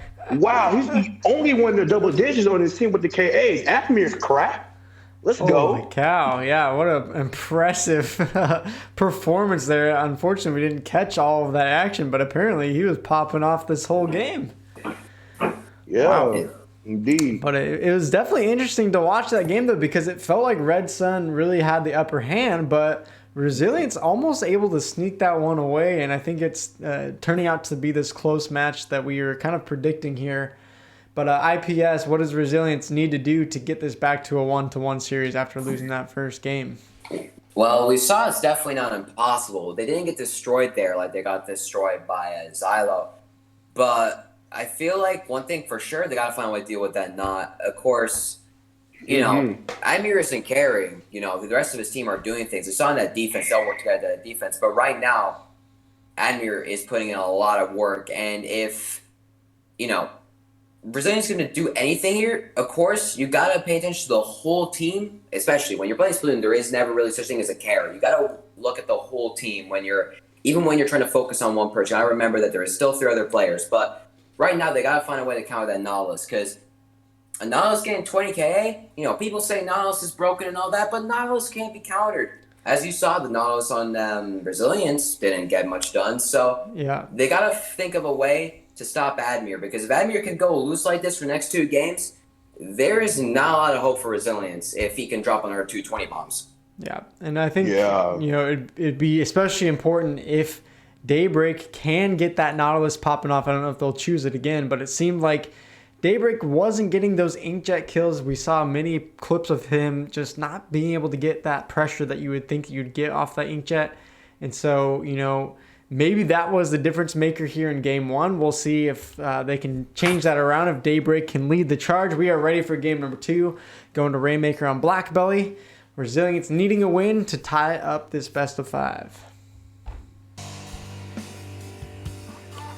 Of course, now we're going to get to see here Red Sun's coming out here in the green and Resilience in the purple for game number 2.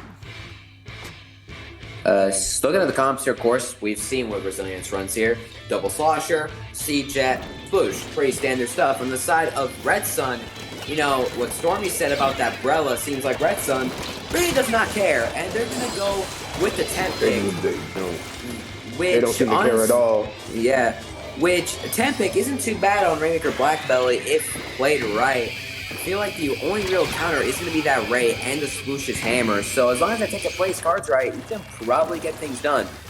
As we see here, Rainmaker pushes 73 by Red Sun, but Resilience right now kind of has control though. But Ray and Hammer are such a huge counter, and he was disadvantaged for that tent. As we see him stuck in the corner over here. Oh, but no, I was wrong. He is not stuck. He had a plan. He was ready, but he goes down here. As we see Carbon here on his Hammer gets another pick.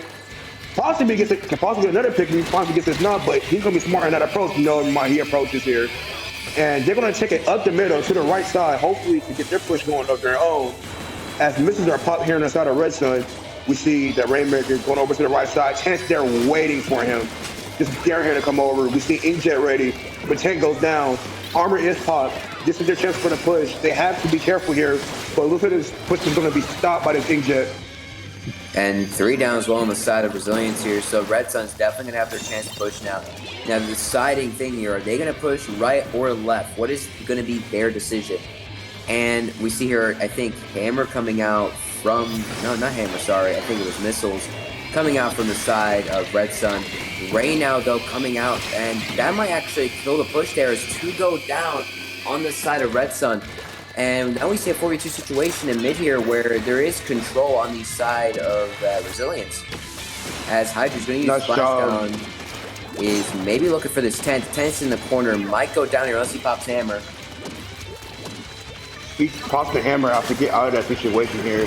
And so nice Hammer throw there, able to get the pick on his pick, but the Jet Scorcher is going to be able to tread it back. As we see now, Resilience here has an advantage. Could probably get a push going with their tent down.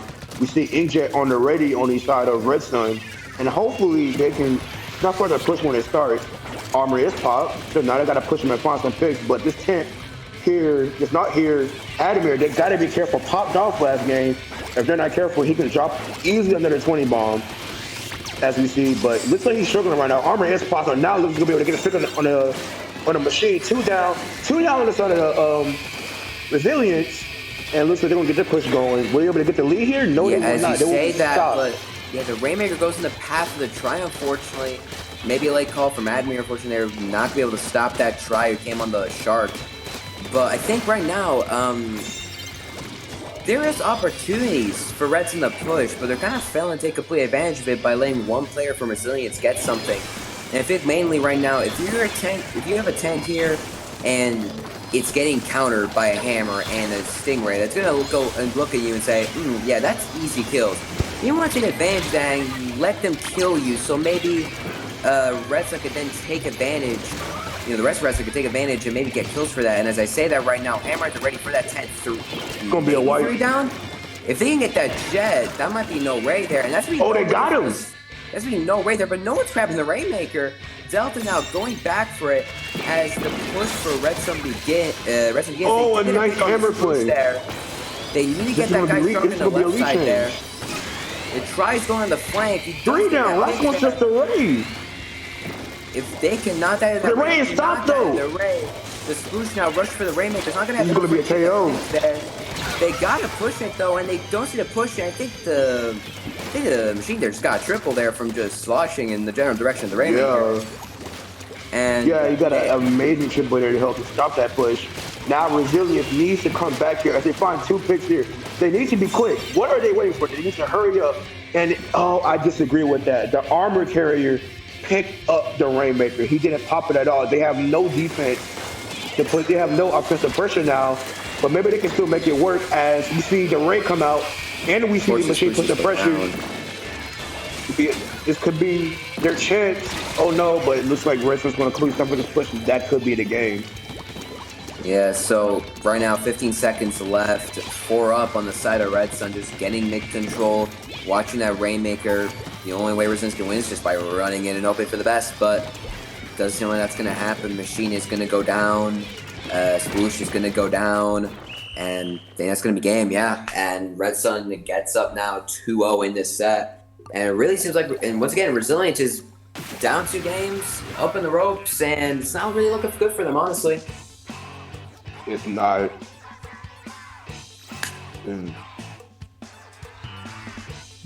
Well, good game there, and Red Sun taking that victory. It was fairly close at moments, but Red Sun definitely coming out there on top. Man, I'm feeling bad for Resilience because it seems like they're a team that is just on the cusp of being really good. But Stormy, what is that one thing that's maybe just stopping them from being a higher level tier team? So, and this is something I experienced when Persistence first formed. It's like they're still a relatively new team, so they got space to grow. They do. But what's stopping them as of right now from being a good team, I don't think it's how they're playing. It's not thinking their skill level. I think it's more of a mental state. It's because, like, when teams get, especially after losing to Xylo, maybe that did actually bring them down. I thought it didn't, but apparently it did. And losing that was pretty hard. And it's like, you have to overcome adversity at some point. You have to overcome adversity. You have to look up and learn how to fight back. I've been in many situations to where our back is against the wall, and we got to come through and fight hard. And it seems like Resilience just hasn't learned that yet. Maybe they can prove me wrong here by maybe getting a reverse sweep. Then I'm hoping they can see. Yeah, well, we'll see. They're going to have to play on Clan Blitz Inkblot Art Academy. Right now, I just want to say thank you to Miss Popgun, who followed a few minutes earlier during that match. Thank you so much for getting us closer one step to 500 followers. You guys are amazing. Hi, Miss Popgun. And yeah, it's been interesting, guys. We are in a threat of another 0-3. That would be 3 0-3s in a row. I'm hoping that Resilience can at least push us to a game 4 here, because we've been seeing most series in today here on Clan Blitz Inkblot Art Academy. Teams are now ready though, so we'll see if they can do it. If not, Red Sun will also get a 3-0 statement over Resilience. That would be huge for them going forward, moving with lots of confidence. So, game number 3, let's see what happens here on Inkblot Art Academy. This time around, Resilience gonna be in the teal color and, Red Sun in the teal color, rather, and Resilience here in the magenta. So we're seeing now a bit of a comp change coming from Red Sun. Daybreak switching to this 52 gal. Maybe is seeing that maybe his knowledge is not working right now, is opting to switch to something else, see if that can work. Meanwhile, on the side of Red Sun, we see Teen here on the Ink Brush and the bow, notorious clam blitz weapon, especially if played right. Other than that, the comp seems pretty similar. You got Shot, Junior, and Nautilus, stuff we've seen pretty much every single game, mostly from Red Sun. And we see Red Sun here already just pushing in. They don't have a clam yet, but they're just putting in the control, and they're definitely going to push in soon. Resilience is going to have such a hard time dealing with this brush on the side of Red Sun. Tina, like I said, an amazing brush player, but they're going to snuff out their push here, completely surrounding them on all sides here, and now they're going to take back mid control. Cliff and Clam to get the push going on their own. Yeah, right now 8 clams for Daybreak here. If they can still get more clams to possibly get their special to get picks again, I feel like they can definitely make a pretty big push here against Resilience, but they got to be careful, honestly, against that brush. Definitely that brush needs to sneak in and get something, you know, maybe a sneaky pick or a sneaky push for the side of Red Sun. As I say, that Daybreak does get in, and there is 2 down on the side of Red Sun here. Julian's going to get 2 more clams in as Daybreak does go down. Right now, Hydra getting more clams in as Beam is kind of focusing forward instead of Hydra right now. Carbon does jump in and he goes down, and right now Tina going to flank Hydra, getting that pick, and that is going to be the end of Resilience push down to 62. And now we got to see how Red Sun responds. But it's taking up the end of the push. They do get 2 down here, so they do have mid control, and they still have the clam advantage. But as I say that, Resilience comes back and takes out 2 people of their own. Now it's their turn to get back mid control and possibly get pushed their own. Mists are coming out here looking to locate them and possibly team up with their teammates so they can possibly find some picks here. Let's see if it works out for them. We see the Nautilus here on the right. Inkjet is popped. We see a Super Clam form here, running for the basket. Baller in. And now Red Sun is looking for a chance to go in and get a push going, but Farm Rush is going to stop them. 3 down on the side of Red Sun. Nice defensive by Resilience, but you can't keep playing defense here. You got to go in. And as I say that, they make their way in and probably get the push going. It seems like right now Red Sun is actually struggling against Resilience here, as we see that on defense they're kind of just lighting them with the clams and focusing the wrong people. And at the same time on offense, they seem to go all in and then go all down. I think they got to try to get picks instead of trying to force it with specials. I feel like that is more what Red Sun is more akin to with their comp. See, just Delta here is just trying to get it in.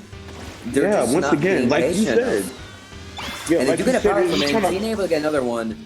Actually, Daybreak the only one alive right now. If Admir can focus these clams, say the picks right now, and power clam jump, and they do get the lead at 28, and from Delta dying with power clam, they actually get it to a lead of 28. But now this can be a moment of truth. It didn't look like that push was going to work. It looked like it completely snuffed out that push, but I guess not. And now they're on that back foot once again as 2 go down here. And it might be 3 down here if they're not careful. Oh, but nice pick there by the Slosher. Could get another one. But no, and now Resilience needs to build a clan spawn pick, get specials in order to come back. They can't afford to go down anymore. Yeah, don't feel like right now Resilience is going to have to get... They do not have a massive penalty, but they're going to need more than 1 power clam definitely to get the lead here. If they do what they did against Red Sun in the first half of the game, they can definitely get a game-winning push here. As I say that, Daybreak's the only one alive with the power clam. And he's going to go in, but he's going to go down. And now 1 minute left. Red Sun with control. Probably not going to go for a push since they have pretty much a penalty of nearly 40. And Stormy, what do you think is going to happen now in this next minute? I'm going to be honest. Red Sun's going to win because like it's the morale. The morale after that white that we just saw, the morale is definitely down there in the Resilience VC, and it looks like they don't have anything left in it to come back. As now we see Tina here on this brush, popping balls once again. The knot does go down the side of Red Sun. Oh, Tina could possibly go down here, but not until she finds a pick though. And now this is Resilience chance to make a comeback. They can't afford to go down anymore. They need to get these picks. They need to get these clams in. You gotta win your fight smart. Yeah, Power Clam right now. They have 9 clams. Daybreak right now looking for a clam. Armor is hot. But it looks like it just... Okay, Daybreak finally gets a clam. Tina is going to go down, though. And right now, 2v3 situation, unless something can be clutched out by the 2 members of Resilience here, this seems to be game. Red Sun being smart, just playing back, using their range, bomb being thrown there by Red Sun. And that's the game. That's going to be the set. Drip pick by Red Sun here. Drip pick. Let's go, Red Sun. Dripping. And that's going to be it. Red Sun taking the 3-0 against Resilience.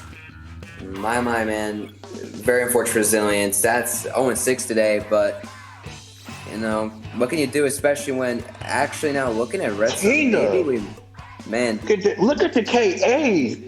Look at these KAs. 13, 14, 16, 17. Red Sun just proving their dominance. Like I said, Tina is so amazing on that brush, so scary, and so hard to deal with. Honestly, looking at Red Sun right now, who knows? Maybe if they keep going the way they're playing right now, because it seems like honestly they're playing even better than they were against OWO Gang, maybe they might be the team to actually be able to put a challenge up on Xylo. So we'll have to see when they play each other. Yeah, but for the time being... Let's talk about that, though, because now both teams are sitting at a 2-0. Both teams just got a 3-0 wipe. I would say Xylo's 3-0 was a little more impressive than Red Sun's over Resilience here in the second matchup. But Stormy, is Red Sun possibly a top 2 or 3 tier team after starting off a 2-0 week now? They look pretty hot. I mean, yeah, they definitely are looking hot. They are definitely not afraid to go in there. They are definitely looking like a top 2 or 3 team. They look like they can even take down Test Supremacy. I don't know about Xylo. See, that's a big mountain to climb. Xylo is a mountain, and you gotta scale it. You have to scale it. You gotta chop away at it. And I don't think, and to be honest, I don't think Red Sun is ready to take on that challenge. But maybe not yet. But they're showing up. Yet. They're keeping it. They're keeping right up in step with Xylo here. I mean, hey.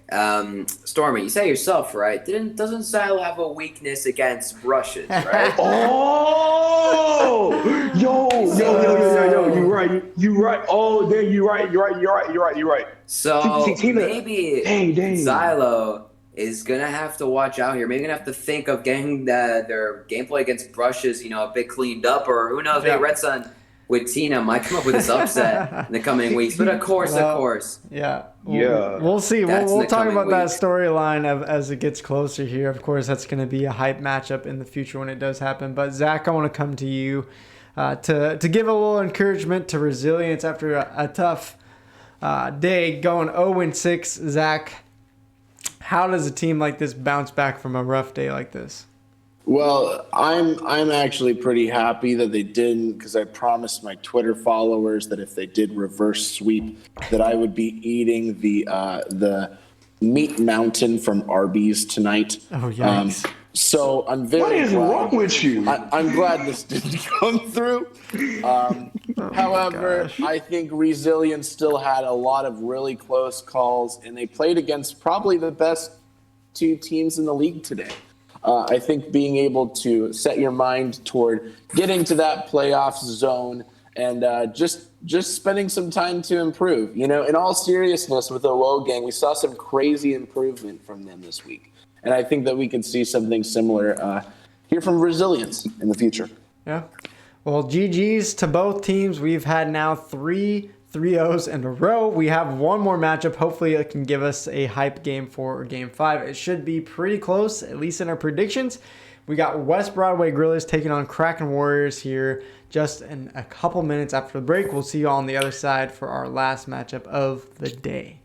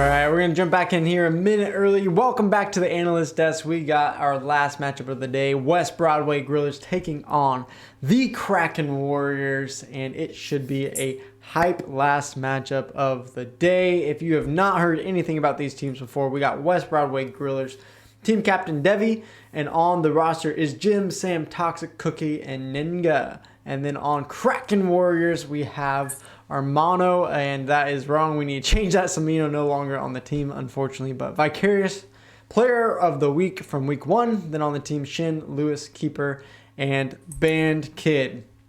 And as you guys do your predictions here, maybe these team stats will help Kraken Warriors winning their first matchup last week against regular gamers in a tight 5-game series. West Broadway went last week 1-1, losing to Xylo and taking down Symphony. So IPS, looking at these stats, looking at these teams, who do you think has the advantage here today? Right. So Kraken Warriors, of course, taking a win last week against regular gamers, which honestly no one necessarily expected after regular gamers came in and took that 3-2 win against them. And so honestly the main player that who got got player of the week, Vicarious on that junior, was putting in a lot, and I mean a lot of work. So definitely excited to see him play again.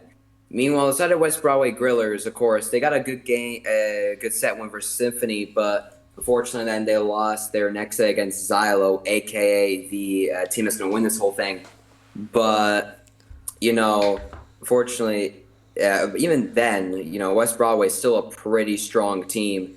So, honestly, like I said, this is why I said, at the beginning of the stream, this is going to be a close matchup, because we have two teams here that I feel like are pretty evenly matched, are both pretty good, and, are going to definitely bring maybe a game 5 here. Yeah, and I don't think the stats tell the full story here because West Broadway have far worse stats than Kraken Warriors if you're just looking across the board, but they did play Xylo, and that really, I think, moved their stats down. But I'm going to come to you guys with your predictions. We got 48 seconds left. I need a scoreline and who's going to win. Starting with you, Zach, what is your prediction?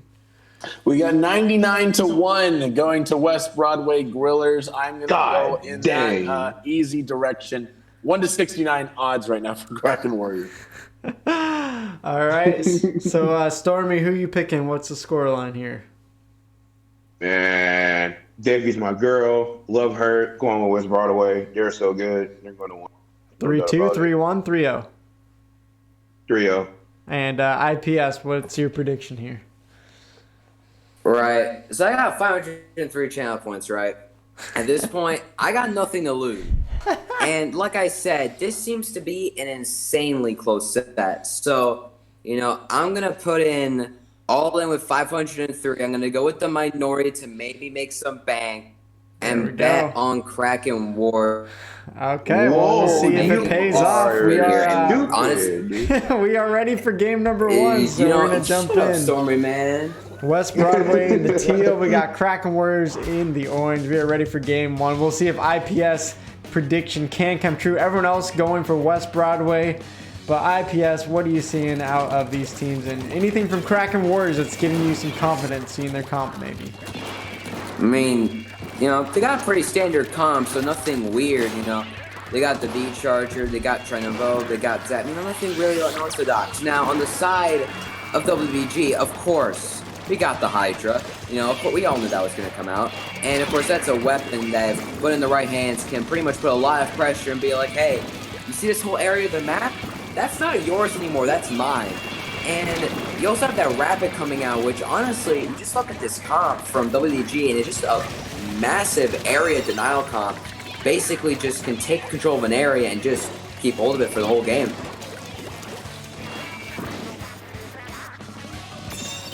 Already we're seeing West Broadway take that early lead, so kind of as predicted, they are doing what we thought. Kraken Warriors got to get back out here, and there is a lot of control, a lot of green paint. This is going to make it very difficult. This could be a giant push right off the bat. Right now, Debbie here on that Hydra, giving a lot of pressure to the side of Kraken Warriors here, but two go down on the side of Lewis West Broadway, and this is their chance to possibly bring it back. But they forget the tower. The tower is still going. You know, Lewis right now is very good starting push with West Broadway right now, but yeah, now the push is stopped. So we see here now, Kraken Warriors is probably going to try to get control of the map here. A bit slowly though, as the Rapid is still pushed up, is going to try and make maybe a hero play. Is going to go down though. Debbie right now on this right side is going to be able to get that pick on the zap, and we just see here right now, even though West Broadway got right, they still have control, and it doesn't seem like really Kraken Warriors actually pushed up after that wipe. And two, again, go down inside Kraken Warriors. This is going to be another chance for West Broadway to push, it seems. We see here Shinu maybe trying to survive against that splash. He's going to get the pick, but it's going to fall off the map. That's one way to get a kill. Impressive to say the least. But as you see here, West Broadway not letting up whatsoever, keeping the pressure up, not getting their foot off the gas, and they're going to keep pushing here and possibly go for a KO. Right now, Ormono here again. This one being with the splat, Rabbit, I mean, is going to get the pick there. Push now, stopped at 23. And Bomb Rush does come out though. He's going to go down, and now it's just Cookie here on this K shot on his own. Maybe might try to make a hero play, because so far it seems like WBG has just been doing that, and it's been working. And we see, I think that Bomb actually got the pick on the Charger there. And right now, it seems like 2 down again on Kraken Warriors. It just seems like WBG is just not giving Kraken Warriors even a chance to get into mid. Not even a chance to make a push. Let's just see them here make another one themselves. They're just keeping so much pressure up. At this point, this is their spawn. By the way, they're keeping paint control, but Kraken Warriors doesn't seem to let up in defending though. But like I said, you can't always be on your back foot. See, now they get the wipe. Now they're gonna take mid. Now they gotta push up. Now they gotta get specials. Now they gotta get their momentum going. They can't always be on their back foot, but you can't keep doing that feeding in like they are now. And it looks like that West Broadway is going to push this again if they're not careful. Yeah, right now, Bomber, she's at the ready for WBG. We see 2 specials at the ready though for Kraken Warriors. 2 down on the side of WBG. This actually might be the start of a push here. Rain does come out for Kraken Warriors. They have so many checkpoints to get through though. Yeah, that is true. Unfortunately, Zap does go down for Kraken Warriors, but he might have enough time to respawn. Depends on how they hold it here. Debbie, though, is going to be able to get set up on this top right, and that might prove deadly for them. Doesn't seem so. Maybe that charge is trying to ride tower down on this bottom right and might get pushed. Booyah does come out from Kraken Warriors, but that does come down. Rotation. And the rotation wasn't there. Like, in that situation, the zap for Kraken Warriors has to get on the tower while the Charger pops their Stingray so they can raid a Hydra and get them out the way. That's how you play tower control. It has to be rotation of the support player getting on the tower so the backliner can start Stingraying. And then after the Stingray is over, the backliner gets back on the tower so they get the push going. And that's not what Kraken Warriors did. And that's why I feel like they didn't get a good enough push going to the lead back. Yeah, honestly, that might be something that right now is working in the case of WBG for their advantage, because they necessarily don't have to do that. The backline can just stay on tower constantly, armor when they need to, and place mines. So maybe that is something that they have an advantage with in this comp. You don't need to worry about that extra thing of rotation, which it does cost Ray, but it doesn't seem like they necessarily need it now against Kraken Warriors for this first game win. Cookie there popping off 11 KA to start things off, the highest KA of the match. West Broadway gonna win that first victory, and it seemed pretty dominant to me. I don't know if you guys felt that way. I mean, yeah, even though I did put my 500 points on Kraken Warriors there, it definitely was a dominant WBG game. So honestly, if Kraken Warriors go back to their drawing board real quick, it's gonna keep being like this dominant for WBG. And another thing I noticed watching that is, seems like Vicarious, the player of the week, is not there for Kraken Warriors, and that might be a crucial part for them. You know, so I don't know whether they're used to playing without him or not, but that might be an issue right now that Kraken Warriors is facing. So we'll just have to wait and see. Yeah, well, we're going to get game number 2 coming up here shortly. And it seemed like Kraken Warriors, while they got dominated that game, they did have one chance. They had one good push where they maybe could have taken the lead. So, Stormy, how do they take this game 2 going to Rainmaker they really need to tie this series up, I feel like. One thing I want to see is Luis of Kraken Warriors playing that Charger. I need to see them pressure Devi a lot more because let's be honest here, Charger has such a big advantage against Splatoon, especially Hydra.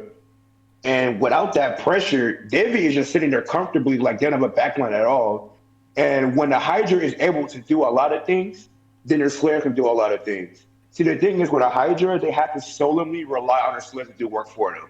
But if the Hydra is just sitting comfortable, then you're not going to win that game. And that's exactly what we saw here in the first match. Well, we'll see if they can fix that problem. We are ready to go for game number 2.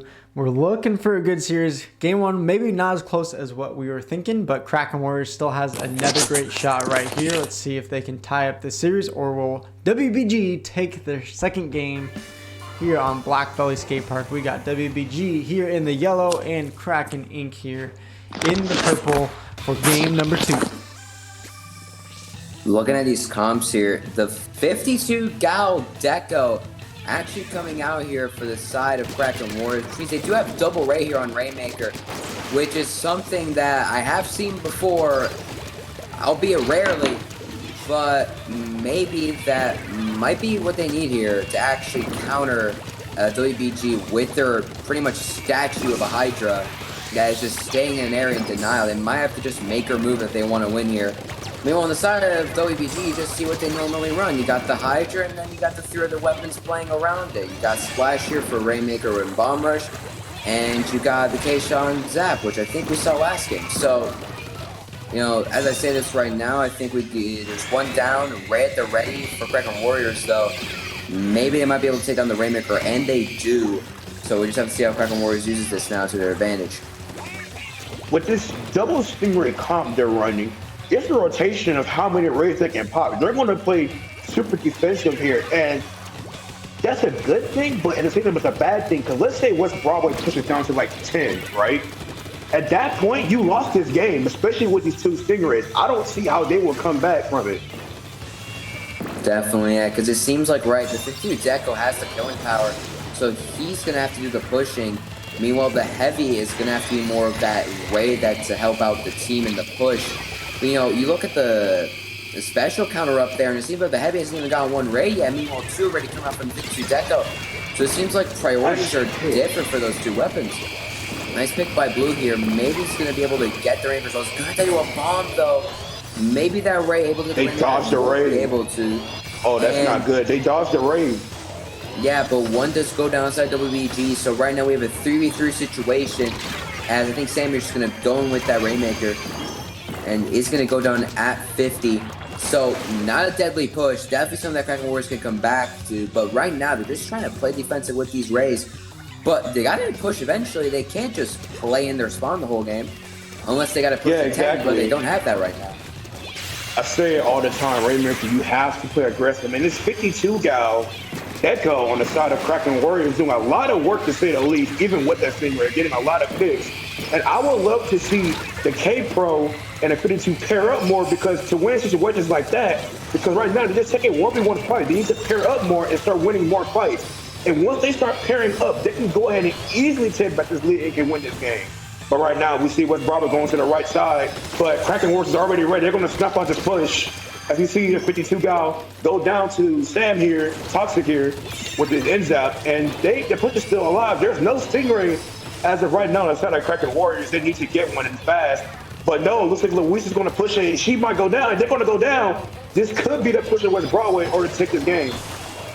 Definitely right now, it feels like now that double ray is just not there anymore. It's anybody only got temporary shield for the inevitable, and that's gonna be a KO now for WBG, and they take the set now. Well, not take the set, but they're up now 2-0. So that is Yeah, that was really decisive. Like, Once I saw Luis drop and didn't get their Ray, maybe because they weren't close to Ray, look at Toxic 10 kills, but once I saw Luis drop, and I knew at that moment they did not have Ray, and I said, this game is over. Because they just killed them, 52 guys was already dead, they had no defense, and so much aggression here on the Comp West Broadway, so yeah, that was the game.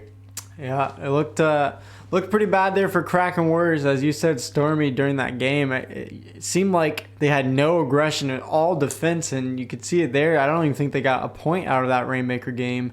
And you can only defend so long before eventually teams are just going to push it all the way, and we see WBG take that with a KO even there at the end. Well, I feel like definitely with the comp that Kraken Warriors was running, I think eventually just showed that their comp was stopping WBG's push at some point, but eventually it just got to a point where WBG was just they always had mid. Even when the Ray killed the Raymaker, they still had mid control. They still had another chance to push. And eventually you won't have the Rays to keep up with that, and it just showed there. Eventually WBG was able to get the 2 Rays down, and once that happens, what are they gonna do then? They got no defense. Nothing. And that's it. They just had failed. nothing. That's exactly what I said, because once Luis dropped down, I'm like, okay, that's it. This is the game. They're going to KO here. And I was saying that I wanted to see that 52 gal and then K-Pro pair more. It seemed like Blue was doing a lot of work, getting a lot of picks, as we saw on camera here, but I didn't see Armando, their K-Pro, with him. And I felt like that Blue and Armando could have won a lot more fights if they were paired up together. Yeah. Definitely.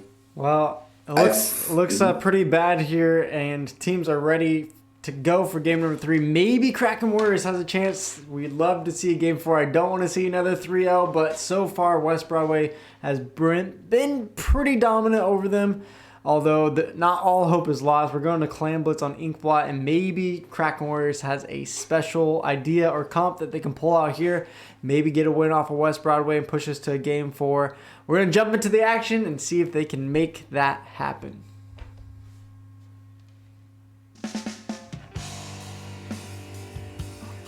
Let's see what they're going to run on this map. Very curious actually with Kraken Warriors, because maybe to help them out here. But Kraken Warriors, we see now the junior actually coming out from Kraken Warriors. And the Carbon, yeah. So we'll see here now, maybe Shin is actually as good as the junior as Vicarious, who knows. And we'll see if maybe with that armor, the Carbon can put in some work as well. But he does go down to the weapon I'm going to get to now. Jesus Christ, I can't pronounce it. The Bloblobber. The Bloblobber, my guy. There you go. There you go, English. Okay, calm down.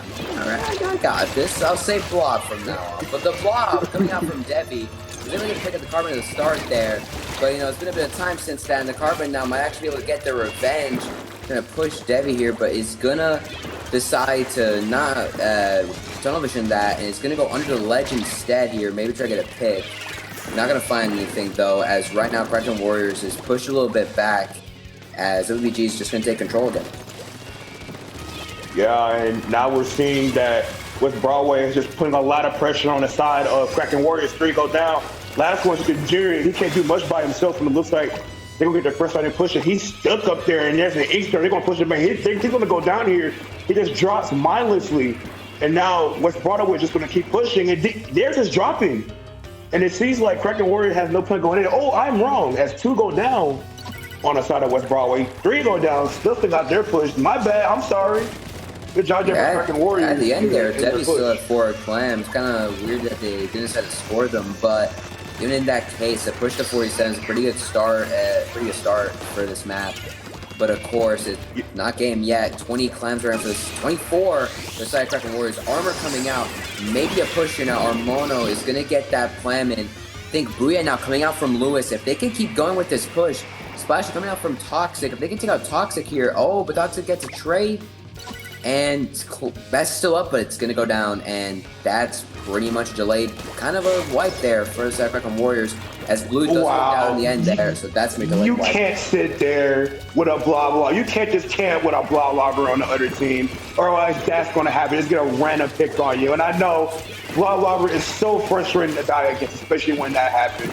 And then, see another random pick up there. Blah just proving superior here, as West Broadway is going to push up once again. popping their specials, going to get another push out, and let's see what they can do with it. Right now, it seems like being 2-0, like down 2-0 right now, Kraken Warriors just all over the place. You got that carbon there on the left stack. This might be game. Yeah, this might be game. That's it. There it is. Finish my sentence. And that's going to be it. Man, that blob, though, coming out from Devi, definitely put in a lot of work just with the rain and the random, and pretty much the random picks using the geometry. Just was able to basically win a lot of fights and just actually give a lot of opportunities to push up. My girl Devi's smart. She got the angles. She got the angles, you know. Well, pretty good win, and I'm not gonna lie, I love seeing the blah blah blah blah blah, as you said, IPS. What a great weapon, bro! That got me so fumbled up, I slipped a little bit. That's why I intentionally always just say blah blah blah blah blah, because you can't say it right. There's no way to say it right. Yeah, I'm just gonna say blob from now on. It's not gonna let that happen again. Oh man. Well, more importantly though, is a 3-0 wipe. West Broadway Grillers putting the hammer down on Kraken Warriors. We set this up as a close series, but guys, maybe it's not possible to have a close series anymore because we are at 4 3-0 sweeps today. And man, that feels rough for the viewers. Not a ton of close matches here, but West Broadway Grillers definitely putting the hammer down. They definitely deserved this win.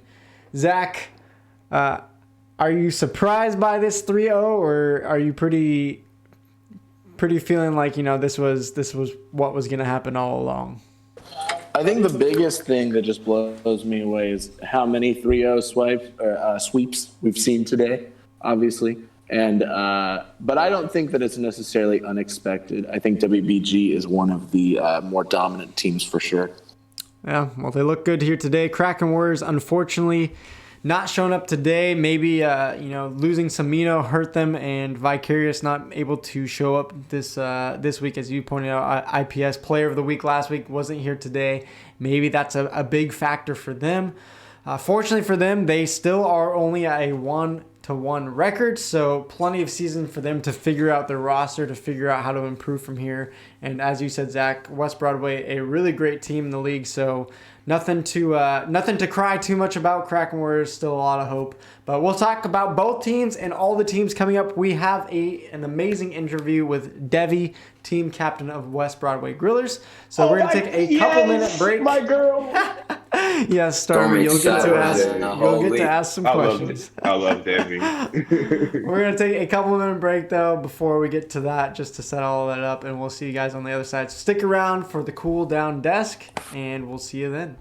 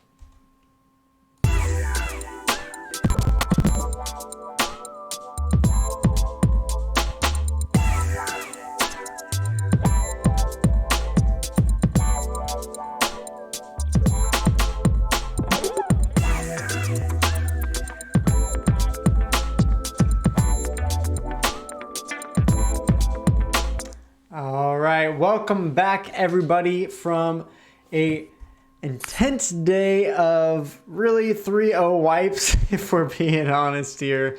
Let me change the name because it is not Zach and all of them. It is Stormy and IPS still here. And right now we're going to pull in our team captain of course, here of West Broadway Grillers, if I can find the right chat. Here we go. Devi, are you there and can you hear us? I am present and you can be heard. Awesome. Thank you so much for joining us on desk. I know Stormy is hyped to have you here. Let's go. Devi. All right. Well, we got the famous Devi here from West Broadway Grillers coming off a 3-0 victory. How did you feel about your set today? Was that what you guys were expecting to happen? Oh my goodness. I mean, I was hoping we could take the 3-0, but I mean, I don't want to underestimate anybody. So we just got to keep to how we play the map modes, stick to like our usual plan, play around the team, and just hopefully we'll take the win from it. So. Yeah, well, it was definitely an impressive win today. For those people out there watching that don't know West Broadway Grillers, give us a little backstory. How did the team form? How did you become team captain? And then, of course, you gotta let us know, how did you guys come up with the name like West Broadway Grillers? All right, story time, peoples. Okay, West Broadway Grillers is technically 3 years old. For a year, it was just a casual clan of locals in my area. It formed from a local Pokemon trading card game group, and then I just found people who played Splatoon. Nice. So we all joined up and was just like, hey, people have tags. Do you want to make a group and come up with something? So then we started salmon running a lot with the 4 I had at the time, and we were trying to think of a name. And one of the members at the time, who is my best friend, his family runs a restaurant called the West Broadway Grill. There we go. I was like, we got to Splatoonify this somehow. And because we did a lot of salmon run, I'm like, why not Grillers? There we go. Bam, there's our team. Then a year later, 3 of them, they were just continuing to be casual. And later on, it was, and then later on in the year, we came across, I came across Toxic and Gem through another streamer as we were joining like a viewer PB. And they tried to get a competitive team going, and they actually used to be called Midnight, but they never got going. So I had one other who wanted to also do competitive. They had 2, so I asked them if they wanted to form a clan, so we stayed under this name. I asked if I was okay to captain, and here we are now. We still have 3 of the 4 OG members of the competitive team. I still consider Sam and Cookie OG members because they came, I think, like maybe 2-3 months later. Yeah. So they still feel pretty familiar. And then Ninga came to us like spring last year. So that's our main roster, and that's how we are now. Nice, wonderful. I love it. I love the story, the team formation, and taking that restaurant name. That's awesome. I love it so much. Wonderful logo as well. I'm curious to hear from you. How do you feel like West Broadway has done so far? You know, you guys have a 2-1 record, but got wiped by or swept by Xylo. So how are you guys feeling right now as a team and where you're at in the league? I think what was it during last week? We knew what we were going up against for Symphony. We're good friend rivals. We're pretty close, so we kind of knew what we were up against. With Xylo, not a lot of people, not a lot of the teammates really knew what we were about to go up against. I kind of knew Xylo because I've commentated 2 or 3 of their matches in IPL before, and so I knew what we were going up against, and then the question was, were we going to be able to stop it? So it was kind of like a throw to us, and then Xylo did a really good job at capturing our mistakes. So Xylo's a really good formed team. They're definitely going to be top contenders here, but I'm looking forward to hopefully playing them again and getting that rematch with them. Yeah, I mean, that's definitely been the storyline so far is, you know, who's going to be able to match up against Xylo. So how do you work against these, these next few weeks? You guys have a great chance, of course, at making playoffs, starting with a 2-1 record. So how do you prepare? How do you get better to take down a team like Xylo in the future? We'll do our usual practices. We'll find scrims, play in other events. And then with matches where we find we're struggling, we'll go back and we'll VOD review it. We'll also get tips from our coach. Shout outs to Hamram. Yeah. And Dio as well. Dio has helped us out as well for a starting coach. Also, but yeah, we'll VOD review those, figure out what went wrong in the comp. If it's comp or how we moved in or how we approach something, and work on it in a scrim. And then that way we can come into it knowing what we need to do for next time for the upcoming event. Awesome. Well, it sounds like you guys have a great game plan. I'm going to turn it over to Stormy. I'm curious if you have any questions for, as you say, your girl, Devi. Not like that, obviously. Me and her were like captain rivals back when persistence was a thing. We always butt heads with each other. That was so fun. The fated first round matchups, WBG versus Persistence, in what was it, 2 or 3 tournaments in a row? It was a thing. Yeah. Yeah. I don't remember the overall record of our sets, but I know it was probably tied, but I do have a question. I do have a question for you, Devi. Mm-hmm. People always call you the Hydra mom, right? Yes. So that is the title now. Do you have any tips for people who are looking to play Hydra but are not too confident in it? Hydra is not a simple weapon. In fact, a lot of people put it down because it's slow and it's it doesn't get anything done, but that's pretty wrong. It's very controlling.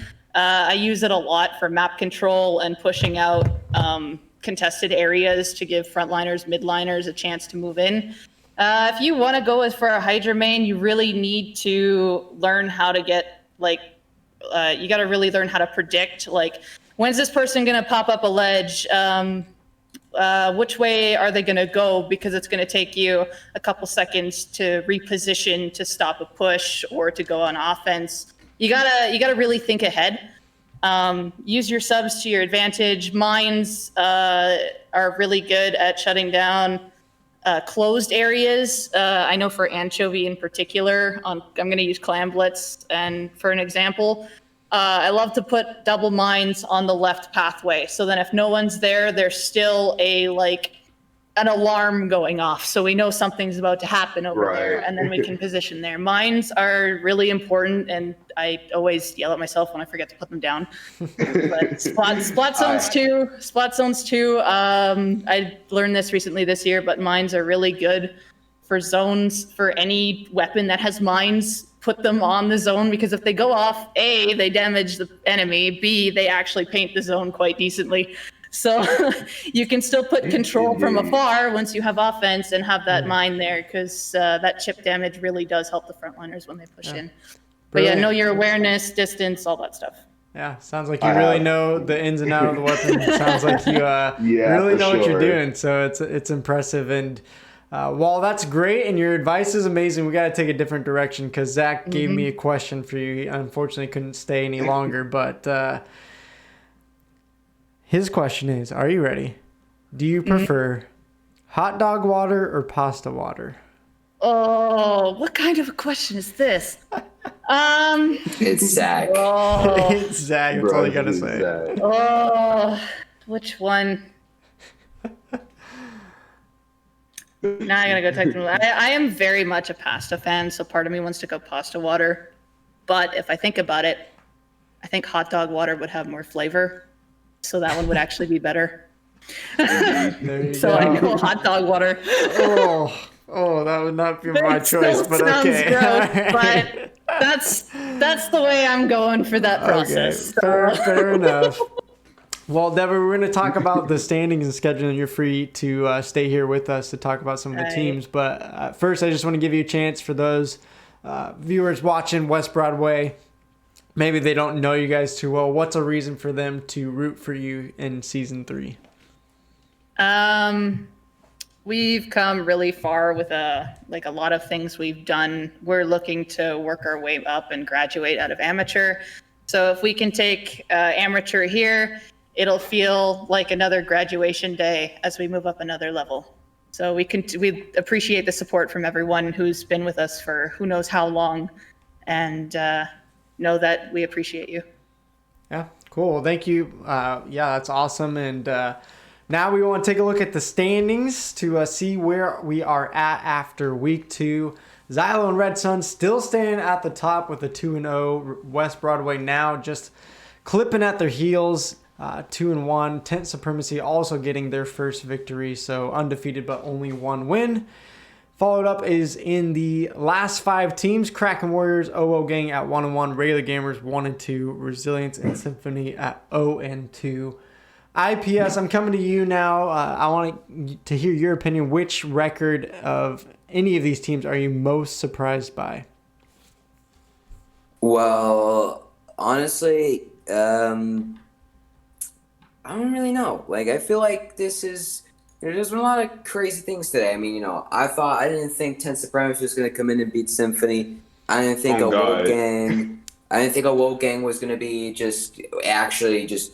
I literally said they got to go back to the drawing board and look what they did wrong and improve from that. And they did. They actually did that. Not a lot of teams actually usually do that, but they went and did it and got their own win. Of course, West Broadway Grillers, we just saw them kind of destroy Kraken Warriors, and kind of a crazy day, honestly. I did not expect much of it. The only 2 sets that kind of went the way I expected them to were Xylo and Red Sun. So yep. A lot of surprises today, honestly. Yeah, Devi, I want to get your opinion now, because you guys faced up against Symphony in that week 1, getting that win, and a lot of people, as we were starting off the series, said Symphony has a great chance of being maybe a top 3 or 4 team. Now they're sitting at 0-2. What is kind of your take on Symphony after these 2 weeks? As I said in chat earlier, Symphony's got a melody. They're really good at teamwork. It's just executing a push. They have pulled off amazing plays. We saw that near comeback near their set this week. They have a lot of potential, and they're going to throw a surprise. They're going to throw a curveball at you guys. All right. Well, we'll see in future weeks if they can make a bounce back here. They still have Xylo to go against. And that's kind of scary to think about the fact they're already 0-2. So I felt like they needed to beat Tent Supremacy, but they ended up going down to themselves. And now they have Xylo to worry about. And if they lose to Xylo, I don't see them making playoffs maybe, but maybe they can prove me wrong. I'm all for Symphony doing this. I love Symphony. To be honest, they only got Xylo. There's also a Red Sun, which definitely is honestly the one team. I just checked the schedule a little bit earlier. Xylo and Red Sun are actually going to be 2 teams playing next week, so that's going to be definitely interesting. Ooh, that will be a good set. That will definitely be a good set. Yeah. As the 3rd week, that's probably the biggest matchup. Well, let's talking about the IPS. Why don't we jump in and show next week's schedule? And you kind of already pointed out that hype match, Xylo and Red Sun, 2-0 undefeated. Who's gonna take that down? It's gonna be a hype matchup for sure. Well, I'm gonna look at this one by one here real quick. Regular Gamers versus Tent Supremacy. Regular Gamers, like I said, it seemed like they were having a bit of an off day today. Also had a different lineup, so maybe they need to try work on who's playing when, try to get that perfect lineup, maybe, a more optimal lineup, maybe also work on, getting people to play more together so they don't have an issue where, maybe some person hasn't played a lot with this person, that kind of issue. But, meanwhile, Tent Supremacy already looked good this week here, so for now, I'm thinking Tent Supremacy is going to take that one. Then Xylo versus Symphony, I know 2 people in here really like Symphony. I get that. But I'm going to have to go with Xylo for that one, of course, because not only am I a big Xylo fan, I also think they are pretty dominant right now. And then, of course, you have Xylo versus Red Sun, which is going to be pretty much the match of the week. Yeah, it's going to be the match of the week next week. And that one is going to be one where I'm not going to be sure. I think both teams can take it. I'm edging a bit with Xylo, but that's probably bias. And after that, we got Resilience versus Kraken Warriors. I see Resilience winning that one. Yeah, we have a team that today, right now, is 0-3. Came off an 0-6 day. You know, they got to really step back, try to find out what went wrong today, try working it, you know, and improve it for next week. And you got Kraken Warriors, a team that started off good week 1, and this week with the loss of their captain and without their player of the week, seemed like to struggle a little bit. So hopefully maybe next week they have their player of the week, or they can maybe try work out the mistakes they have with this different roster and see what they can do next week against Resilient. Then we have West Broadway Grizzlies versus Owo Gang. Of course, Owo Gang surprised me this week. They went back from their mistakes from week 1 and improved on those mistakes, and did a lot better in week 2, taking out regular gamers. West Broadway, you know, they came from a loss, I think, last week because they won their first and lost their second, and came in here with a quick win against Kraken Warriors. So looking at that set, I'm thinking West Broadway can take it. Well, I mean, we have team captain right here, so I feel like without a doubt, we may have run into Owo Gang in League before we played tonight, so we got a little bit of a sneak preview. Yeah, and how are you feeling about that matchup? It was actually quite close game. It was Rainmaker Gobi, and we did end up coming out with a good push near the end, but Owo Gang did bring up the game, so it's going to be actually, I think it's going to be an interesting set. But again, I'm not going to underestimate. We'll come in, do what we know. Okay. Ta-da. Well, I'm gonna push you to trash talk though. I mean, what's the percent you're gonna 3-0 Owo Gang? Give us a percentage. Come on, Debbie. Come on, Debbie. Be real. I believe we can do a 3-0, but if they do take a game off us, I won't be surprised. No, that wasn't the question. We asked for. We gotta get a percentage. What's the percentage? odds here of 3-0?